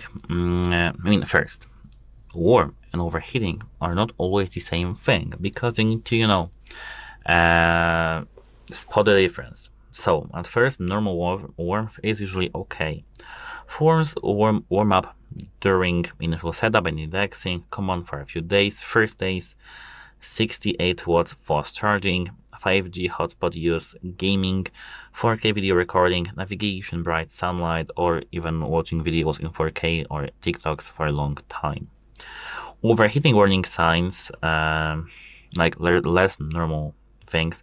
Phone gets hot during light tasks, screen dims on its own, thermal protection, performance drops during games, thermal throttling, camera closes due to heat, and battery drains unusually fast while warm.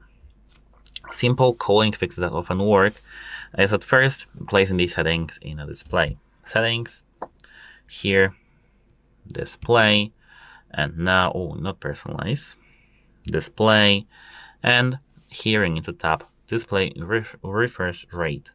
As you can see here, we've got smart and balanced, hyper smooth, and efficiency first. Try to select efficiency first for a moment and check if it's good. If you have used hyper smooth, select it for either smart and balance or efficiency first. And if you use smart and balance, select efficiency first and check if you feel any difference. If you do, that's nice. Adaptive mode should be best because you're not forcing for high refresh because your phone is automatically trying to adjust it up to your own needs. 120 Hz is great, and even 144 in games, but it can increase heat under load. Check what is stressing the processor also by going to the battery over here, and here going to the battery usage. Look for runaway applications here, like social apps, stack sensing, games running in the background, navigation apps using locations constantly. A single bad app can cause mystery overheating. And for example, let me use the Copilot as an application that will, limit. If you don't use Copilot at all, like I didn't use it at all. And here we've got, as you can see, total 0 minutes, battery 0%.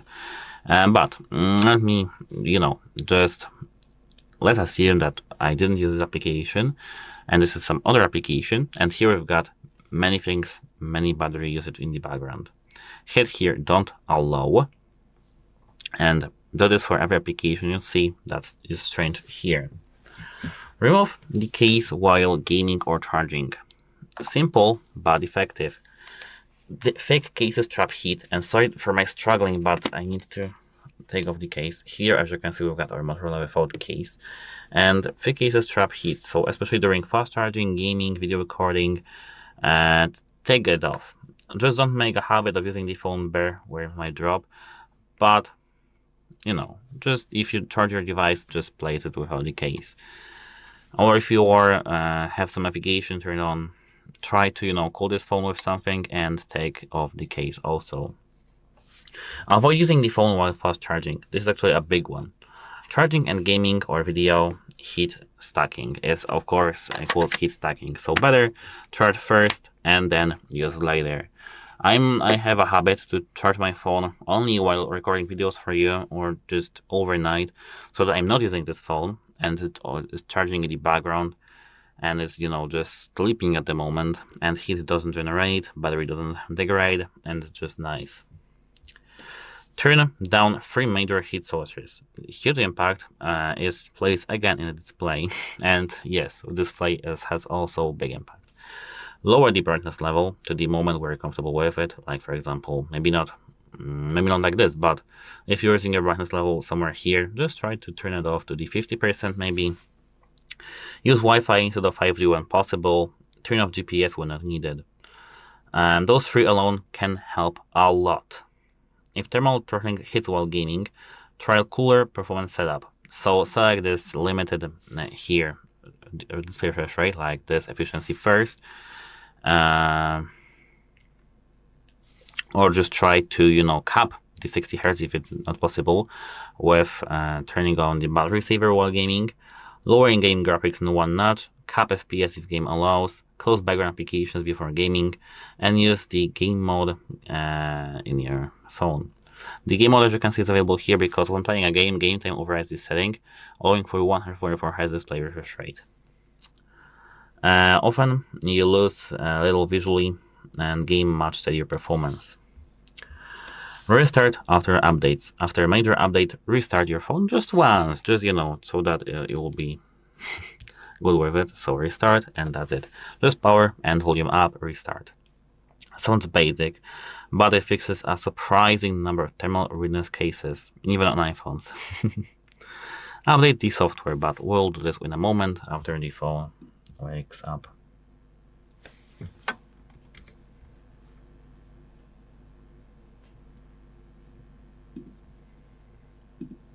Thermal tuning often improves in updates. The same is when you go to the Play Store, go to this profile picture, tap Manage Apps and Devices, here Recent Updates, or if you have here any updates of your applications, just update your phone immediately, because as I said, thermal tuning often improves in updates.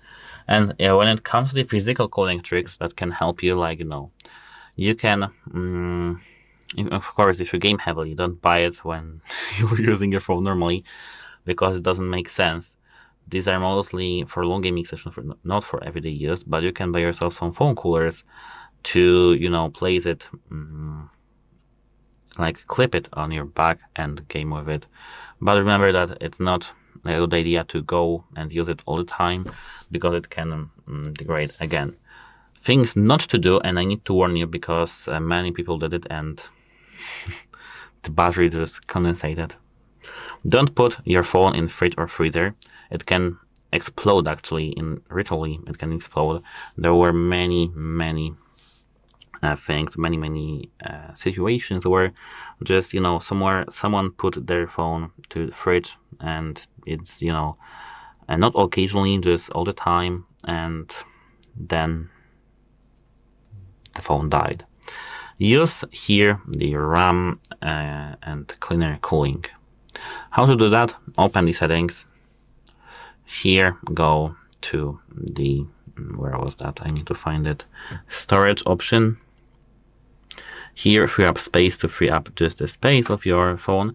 But if you go here to the About Phone section, here RAM, you can see that here I've got the RAM size, and try to clean this RAM by disabling the background applications like this, and just do something like that.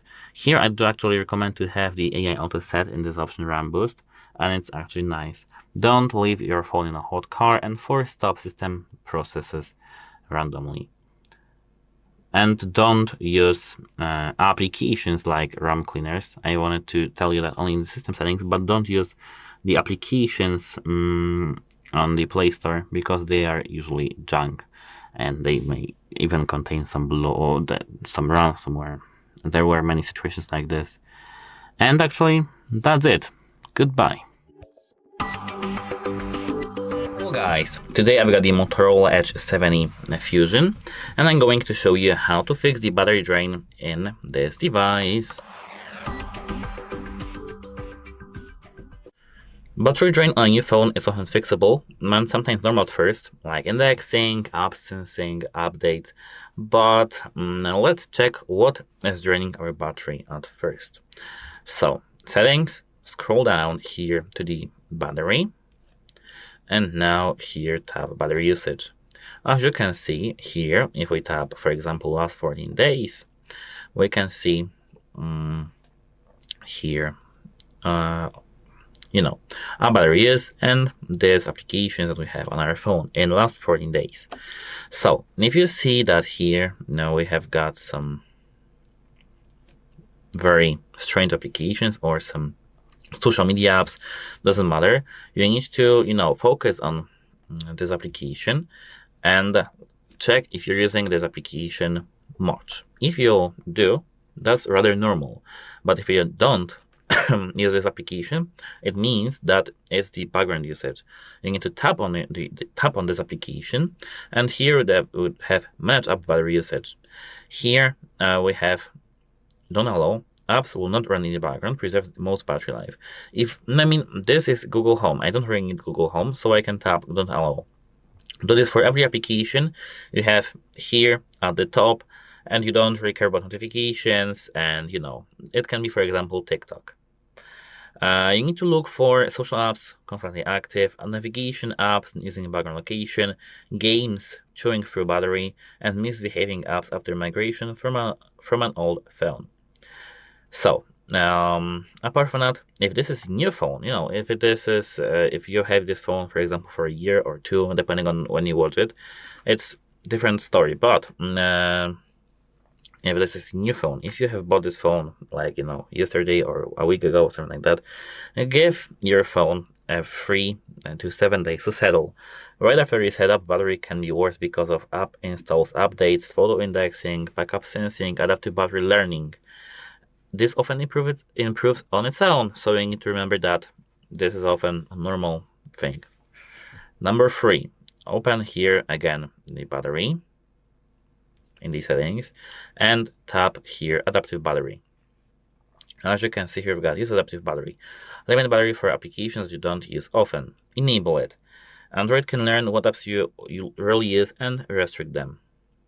Check the display settings here. So try lowering the brightness level a little bit, like manually. If you're using like this, it's very bad for your battery and for your display also. So lower it to the level where you're comfortable with it. As you can see now, I lowered the brightness level from 54% to 39%. But for your comfort, I'll leave it like this.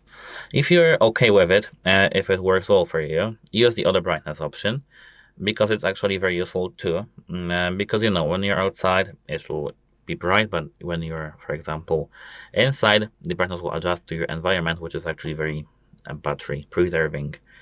Use dark dim here, enable it, but for your comfort, will disable it. But dark dim is very nice and very cool because it helps on OLED, because the pixels that are here aren't turned on. They are just here, they work, but they aren't turned on, so they don't use battery that much. They don't use at all, actually. This black pixels, they aren't just turned on, so they don't use battery at all. And consider using the adaptive refresh rate, which is here called smart and balanced, or efficiency first, instead of forcing the 120 Hz all the time with the hypersmooth option. High refresh rate can affect endurance.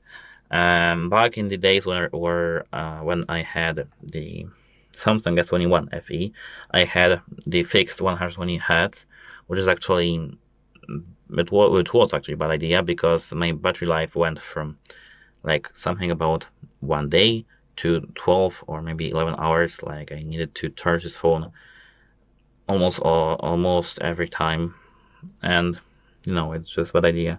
And I do recommend to have here the smart and balanced, or of course efficiency first, which is fixed 60 Hz.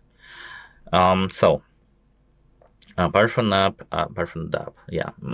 you need to go here to the applications tab, and now here go to the see all 94 apps, and for some applications like if they are hungry, like for example Chrome, tap it and app battery usage. Here disable all background usage, and this is almost the same thing that we did at the beginning, but do this for every application here. And that you don't care about notifications, don't care about the word maybe about it. For example, if you don't care about notifications from Google Drive, maybe this is actually useful because of the sensing things. But if you don't care about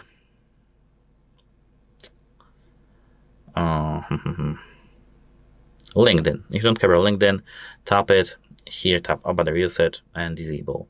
Don't do this for the applications that are system built-ins, like for example Android system web view. Just do this for the applications that are for sure safe to disable. So apart from that, reduce the background activity, like when it comes to the modules that you have enabled. If you scroll down like this, you can see here Wi-Fi enabled constantly, Bluetooth enabled constantly. Here, if you go even further, we can see NFC turned on. We can see location. Disable all these things if you don't use them often. And if you don't see them here, just tap this pen icon and add them right here. And because it's actually useful, because location, for example, just for when it comes to location, it can quietly drain a lot, because constantly connecting to the satellites, through the Wi-Fi or something like that. It's just very, very battery draining. The same with the cellular, with the data transmission. Of course, I mean the SIM card. Here I don't have the SIM card put in. Well, as you can see here, I've got an option, mobile data, no SIM. If you're often in poor coverage area, use Wi-Fi calling at home, prefer Wi-Fi when available, and in low signal areas, battery drain may be network related, not the phone. So just sometimes disable this mobile data, or just switch completely to the Wi-Fi. Number, I think 8, is to update everything. Go to the settings of your phone, scroll all the way down to the system updates, and here tap check for updates. If you have any updates available, just update your phone. Battery bugs often get patched. The same as with the Play system updates, like when you go, for example, to the Play Store. No thanks. This profile picture at the top right corner, manage apps and device, see all our recent updates. Here we don't have any updates, like here, because we need to check out first for updates. But if you here have some updates related to, wait a moment, see recent updates. If you have any updates related to the Android Auto, Android accessibility sites, something like this, update these applications. And the same with the all applications you have here. Number 9, use the battery saver strategically. Not all day necessarily, just when needed. Go to the battery over here. Here we've got the battery saver, and you can select here the standard or maximum and schedule it or set the reminders, as you can see. Useful if you need endurance over performance. Sometimes it's just useful. And the last fix, okay, wait a moment. And the last fix is actually just restarting the phone. This is very simple and underrated fix actually, and to do so, hold the power and wait a moment. Power and volume up, and here tap restart. Now, after this restart, everything should be nice. You need to just, restart your phone once, because if Drain appeared suddenly after an update or app install, or just, without any background thing, just restart. It can clear stuck processes or something like that. You can check if you feel there's a difference and tell me, in the comment section down below. But when it comes to the video, that's it for this video. I hope that you liked this video, actually, and it was helpful. If it did, if it helped you, just let me know in the comment section below. Leave a like, subscribe to our channel, and feel free to search for many videos, other videos about your Motorola Edge 70 Fusion, because we have actually many of them, and the same as with different devices. You can check that out, like for example some top tricks. And that's it. Hope it helps you, and goodbye. The Motorola Edge 70 Fusion was released in March 2026. This is a mid-range smartphone with a 6.78-inch AMOLED display featuring a 144 Hz refresh rate and a 7000 mAh battery. Technical specifications. They are good here, but not unique. The main thing that sets this phone apart from most competitors in the 430 to 500 euro price range in Europe is the software ecosystem that Motorola has been developing for several years. The Edge 70 Fusion has brought it to the most complete state currently available in the mid-range segment. The Edge 70 Fusion comes with Android 16 and the Hello UI shell. The external interface stays close to stock Android, without redrawn icons, without replacing Google apps with their own, without aggressive. The redesign is mainly in the settings menu. This is somewhat unusual. Most manufacturers in this segment layer their own skins over Android, which change the navigation logic and often delay OS updates. In Hello UI, you can customize widgets on the lock screen, clock style, fonts, and color themes. This is for the Edge lineup. Here, for the first time, Always On Display has appeared, that is, a constantly active screen with a clock and notifications. Previously, this feature was a privilege of Motorola flagships. There is also a drawback. The firmware comes with Glance and Tabola pre-installed. The first displays content on the lock screen, while the second adds a news feed. Both utilities can be disabled in the settings, but their presence out of the box feels like unnecessary bloat in an otherwise tidy interface, in my opinion. Next comes Smart Connect. This is a renamed version of the Ready For feature, which Motorola introduced in its phones a few years ago. The essence. The Edge 70 Fusion connects to a Windows computer via Bluetooth or cable, and the phone starts working in tandem with the desktop. And in practice, it looks like this. So we have the Smart Connect app on the phone. We open it.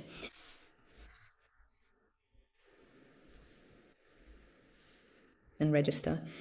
You can log in here using your Google account. We log into Lenovo ID. Next, we definitely need to install. I'm showing the connection process. To connect the phone to the computer, we definitely need to install the Smart Connect app on Windows. It's not difficult. We install it, click download, and proceed. That is, it ends up in the downloads folder. I've already installed it, so I'm opening it. It's not necessary to register in the app anymore. Again, you can do this with a Google account. It's very simple. First, click on Add Device. From here, you can choose to log in using your Apple account or your Lenovo ID. Alternatively, you can click Connect using QR code. Then on your phone, simply select Scan QR code and scan the code shown on the screen. And the connection process is very fast. We can click right away. View device, we can click Start. We'll set this up later. So what do we do now? Look, this is all very interesting. In general, the devices connect really well. We have Smart Clipboard. It automatically syncs the clipboard between the two devices. So for example, you copy a link on your phone and you can paste it on your computer. Next, you will find the comprehensive and convenient Search and Share hub. It makes files and photos from your phone directly accessible, right from the interface. For example, here we already have the gallery. So I took some photos while testing and they're already here. That means they're directly accessible from the Windows interface. There's also a really cool feature that I really like. It's called cross control. We press start cross control and then confirm this action on the phone. And now, in this demonstration, I am activating the show position bar. And somewhere on the screen, we should see this appear right here. Icon.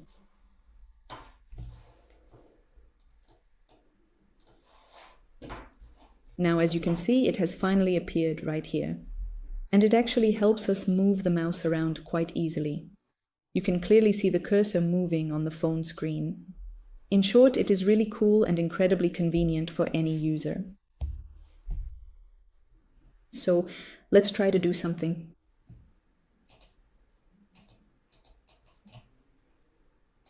So we can easily control the device. What else can we do here? Essentially, what this means is that we no longer have any need to physically reach out toward the screen once we successfully activate and enable the cross-control function. Next. And the minimum requirements to connect your phone to your computer are Windows 10 or 11 with Bluetooth support. Samsung also offers a similar concept with DeX, but there the phone turns into a standalone desktop, so that's a different scenario. And that's in the screen share function, I believe. No, it's mobile desktop. We click here and can choose either portrait or landscape mode. And we start. Again, we confirm all actions on the phone. And as you can see, here we get our own, something like Samsung DeX. There you go. Smart Connect is simpler and more practical for everyday work, meaning it's designed to work in tandem with your existing computer, not to replace it. And that's really great. There's only one limitation. The function works only with Windows, so Mac OS users will get practically nothing out of Smart Connect.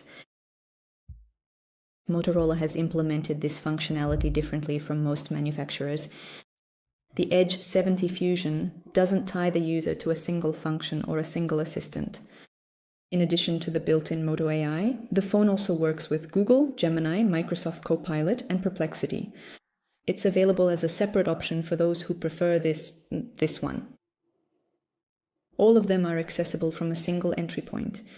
Switching between them takes just seconds. The proprietary Moto AI offers several specific scenarios. Remember, this saves marked content, text, images, or screenshots, so you can return to it later. Update Me creates a brief summary of missed notifications. Playlist Studio generates music playlists based on a description. Image Studio creates images, stickers, wallpapers, and illustrations based on a text prompt. All these features require an internet connection and a material account on the device. They do not work otherwise. This is a cloud service with server-side processing by Moto and supports Russian for some features, but the full list of supported languages depends on the specific function. Moto Gestures is a set of system gestures that work regardless of the screen state. A double twist of the wrist launches the camera, which is useful when the phone is in your pocket and you need to capture a moment quickly. To catch quickly. A double chop with the edge of your palm turns the flashlight on and off. Both gestures are well calibrated and accidental activations in your pocket are almost non-existent in practice in the Moto action settings. You can also assign an action to a double tap on the back panel, such as launching a specific app or taking a screenshot. Simply flipping your smartphone face down on a flat surface can instantly silence any incoming phone calls. Very similar gesture controls and features are readily available on devices from Xiaomi and OnePlus, but Motorola has had this system working for several years, and each generation is a bit more refined. The Edge 70 Fusion launches with Android 16 and will officially receive 3 major OS updates, meaning up to and including Android 19. In addition, Motorola guarantees 5 years of security patches. 3 OS updates is not standard for the mid-price range. Most competitors around €400 only offer 2. In the context of buying in 2026, this means the phone will receive the current OS version until about 2029. For a device that costs half as much as a flagship, this is a reasonable benchmark for long-term planning. The Edge 70 Fusion is a good choice for those who work on a Windows computer and want to connect their phone to their work setup. A desk without any additional subscriptions or third-party apps. No subscriptions or third-party applications required. Smart Connect works out of the box here, and its functionality noticeably surpasses what competitors offer in this price range. The phone is also suitable for those planning to use it for 4 to 5 years. That is, guaranteed updates up to Android 19, IP68-69. The protection and certification of this phone provide a margin of safety both in terms of software support and physical durability.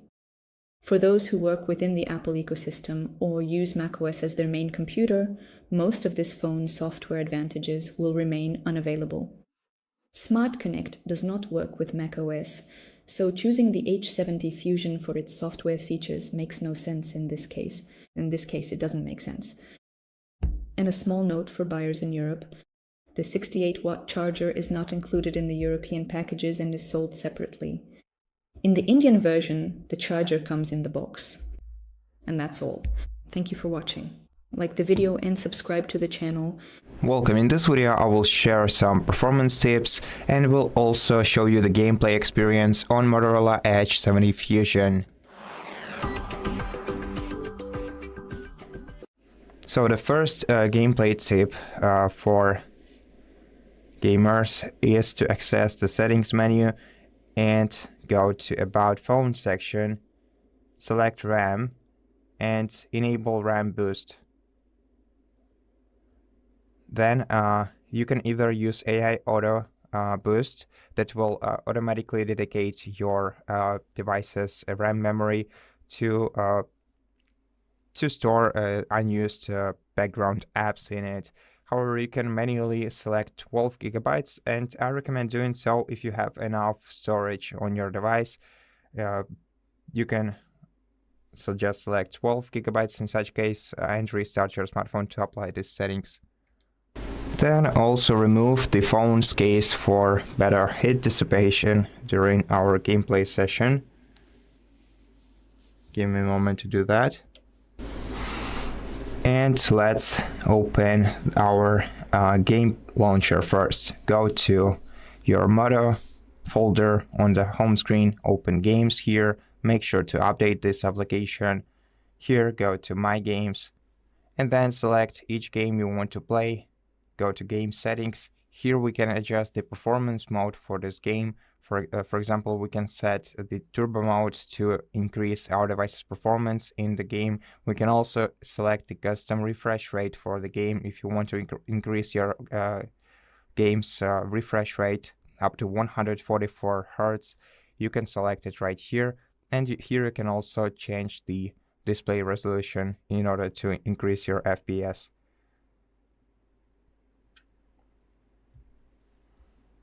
Let's follow the same settings for each game we're gonna be playing today.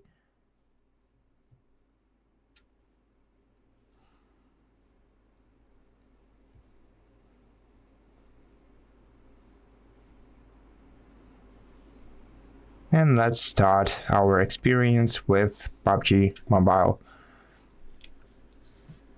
You can access the game toolkit by tapping the gamepad icon on your screen. Here you can see your performance mode and quickly change it. You can also check your FPS here, your CPU usage, GPU usage, your temperature, and here you can apply some quick settings.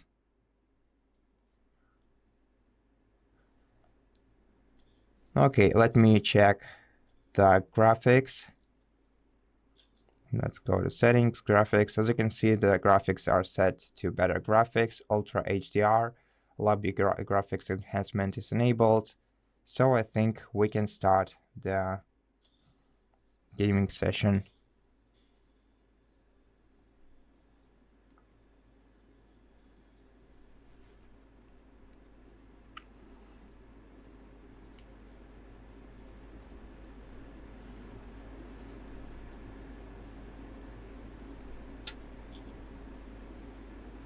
Okay, so the game runs fine so far. The textures are preloading. It usually takes a while.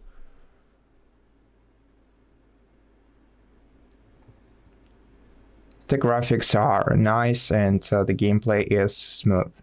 But so far we are in the lobby. So let's wait for the gameplay itself.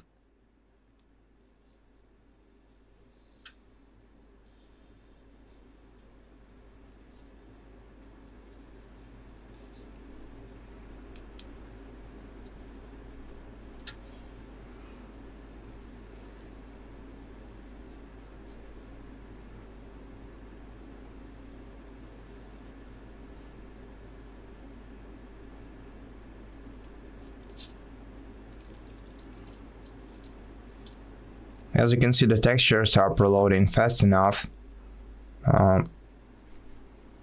for now, and the animations look smooth.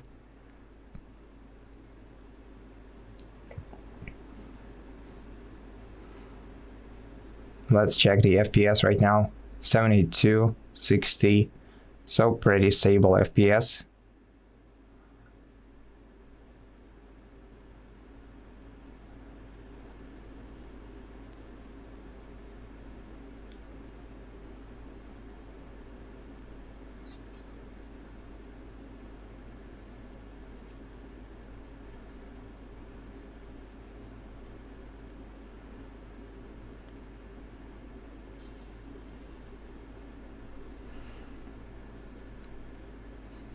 So far the temperature hasn't changed.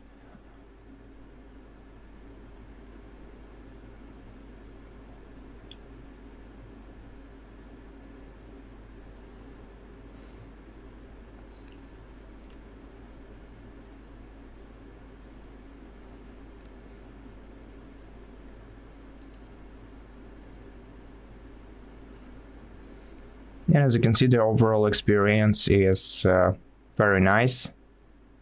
The textures are loading quickly. The gameplay is very smooth.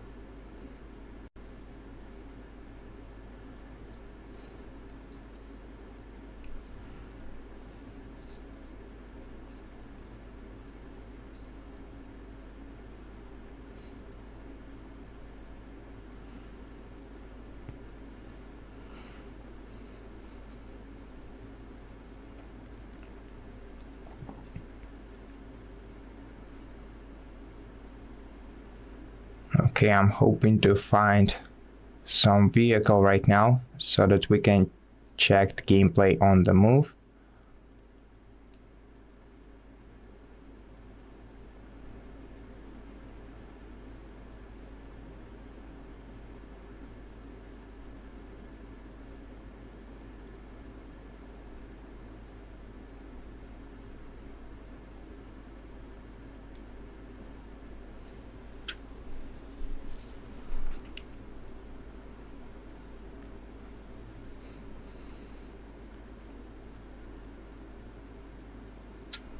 Okay, I can't spot anything.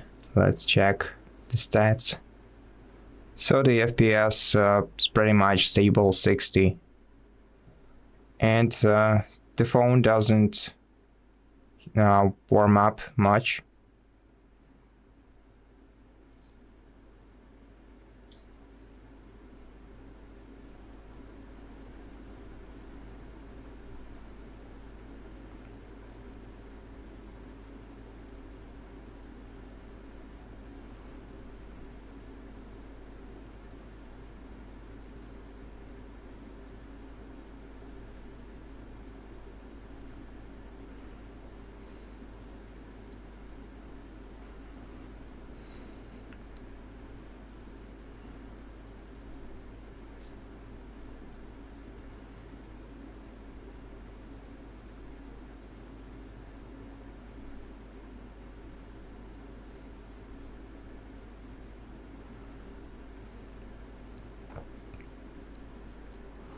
Okay, now I'm thinking that I could have make a better landing, since I don't see any rival players in here, and I don't see no vehicles in here, which is more important right now.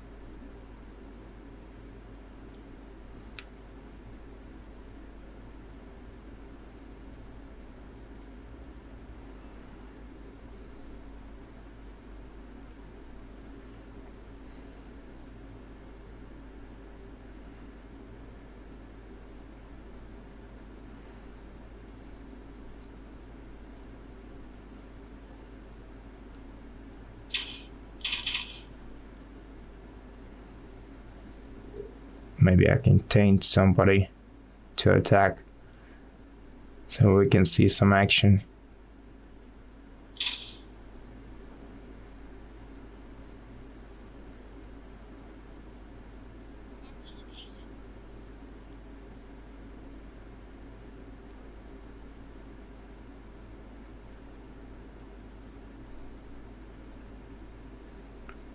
Someone seems to have been here.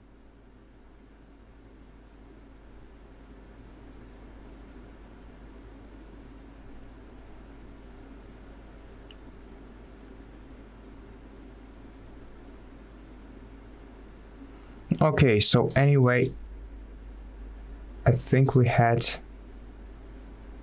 enough of the gameplay to see that the game runs very well.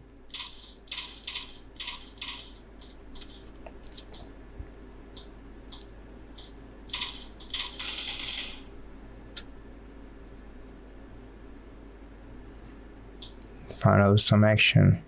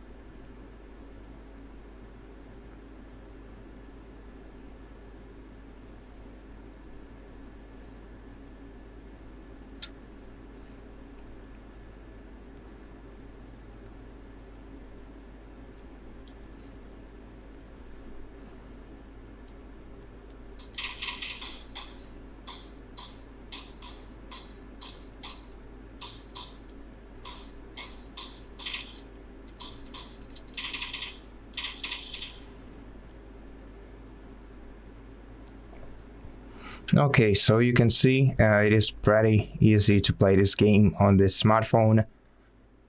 The game runs very stably, and the gameplay experience couldn't be better.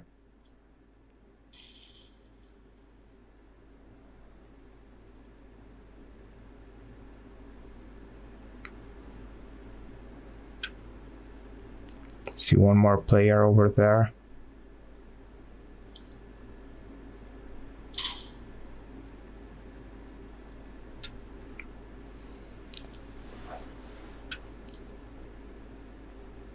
Okay, let's just let it go.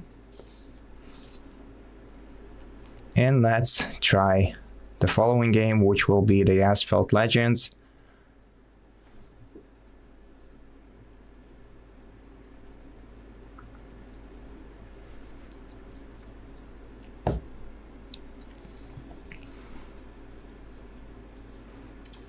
Let's get into settings.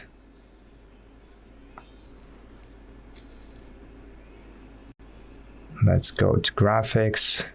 Okay, so as you can see, everything is set to high. So I guess we can start the game. As you can see, the form has slightly warmed up. It's 33 degrees right now.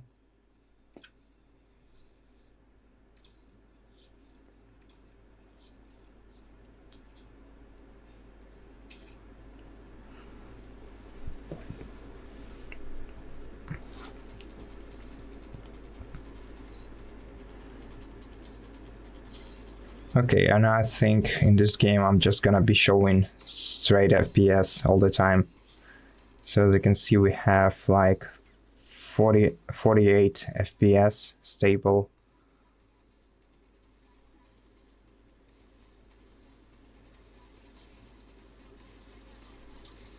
The graphics look nice.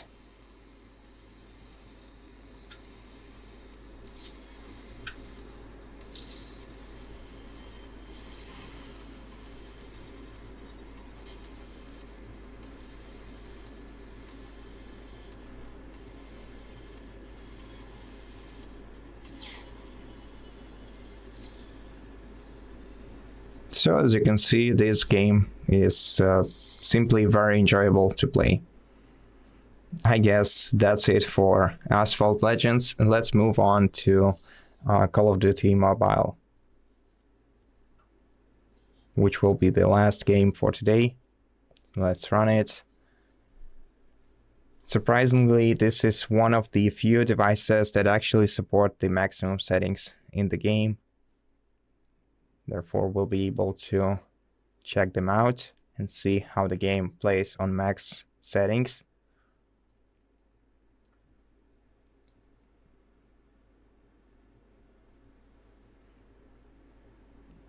Okay, let's go to settings. Let me show you audio and graphics. Everything is set to max. All the enhancements and experimental ones are enabled. So let's start a multiplayer match.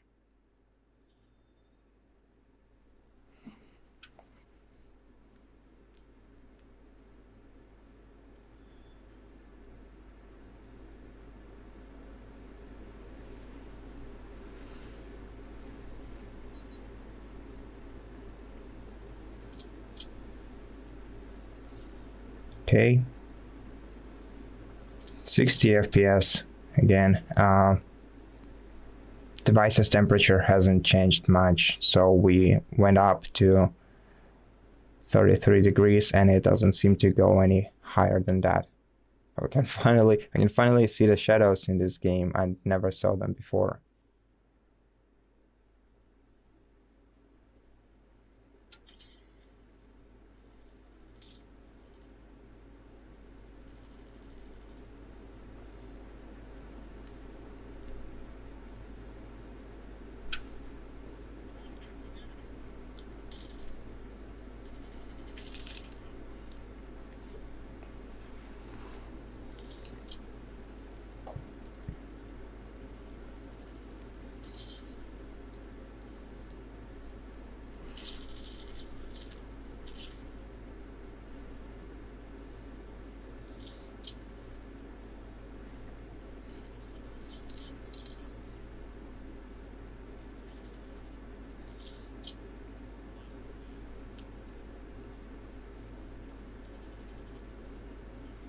Now this time again, I'm playing against some skilled players.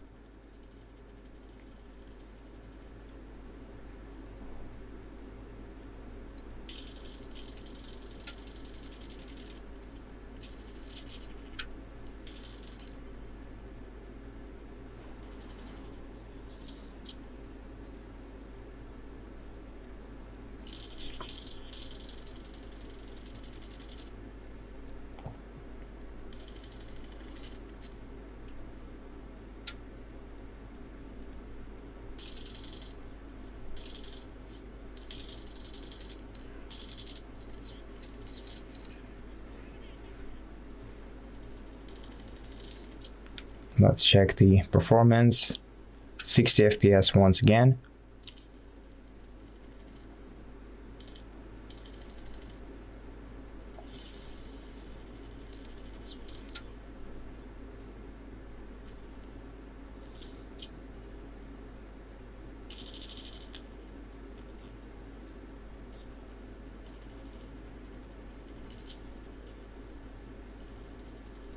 So as you can see, the game runs incredibly stable on high FPS.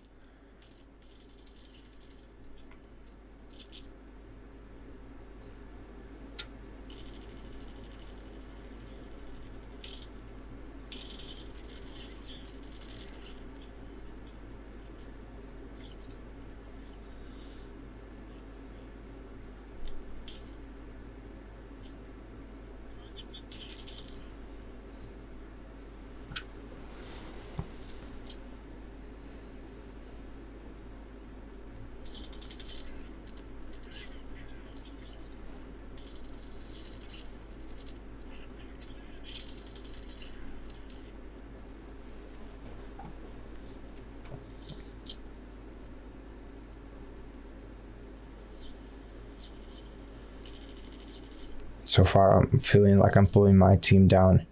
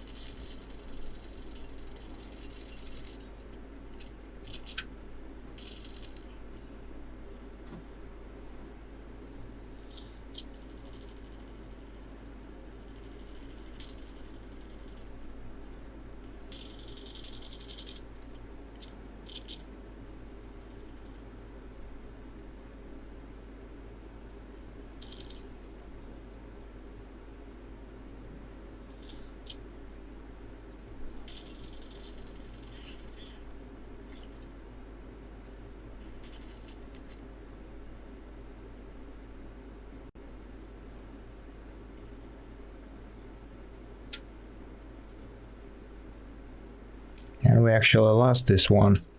Okay, so as you can see, the gameplay itself is very smooth. After over 20 minutes of gameplay, the phone almost never overheated. We still have 33 degrees, and I'm pretty sure it's gonna cool down in like a minute or two. So think of let us know what you think about this phone's performance in the comments section. If you like this video, please consider subscribing to our channel, leave us a like in the comment below, and I'll see you in the next one.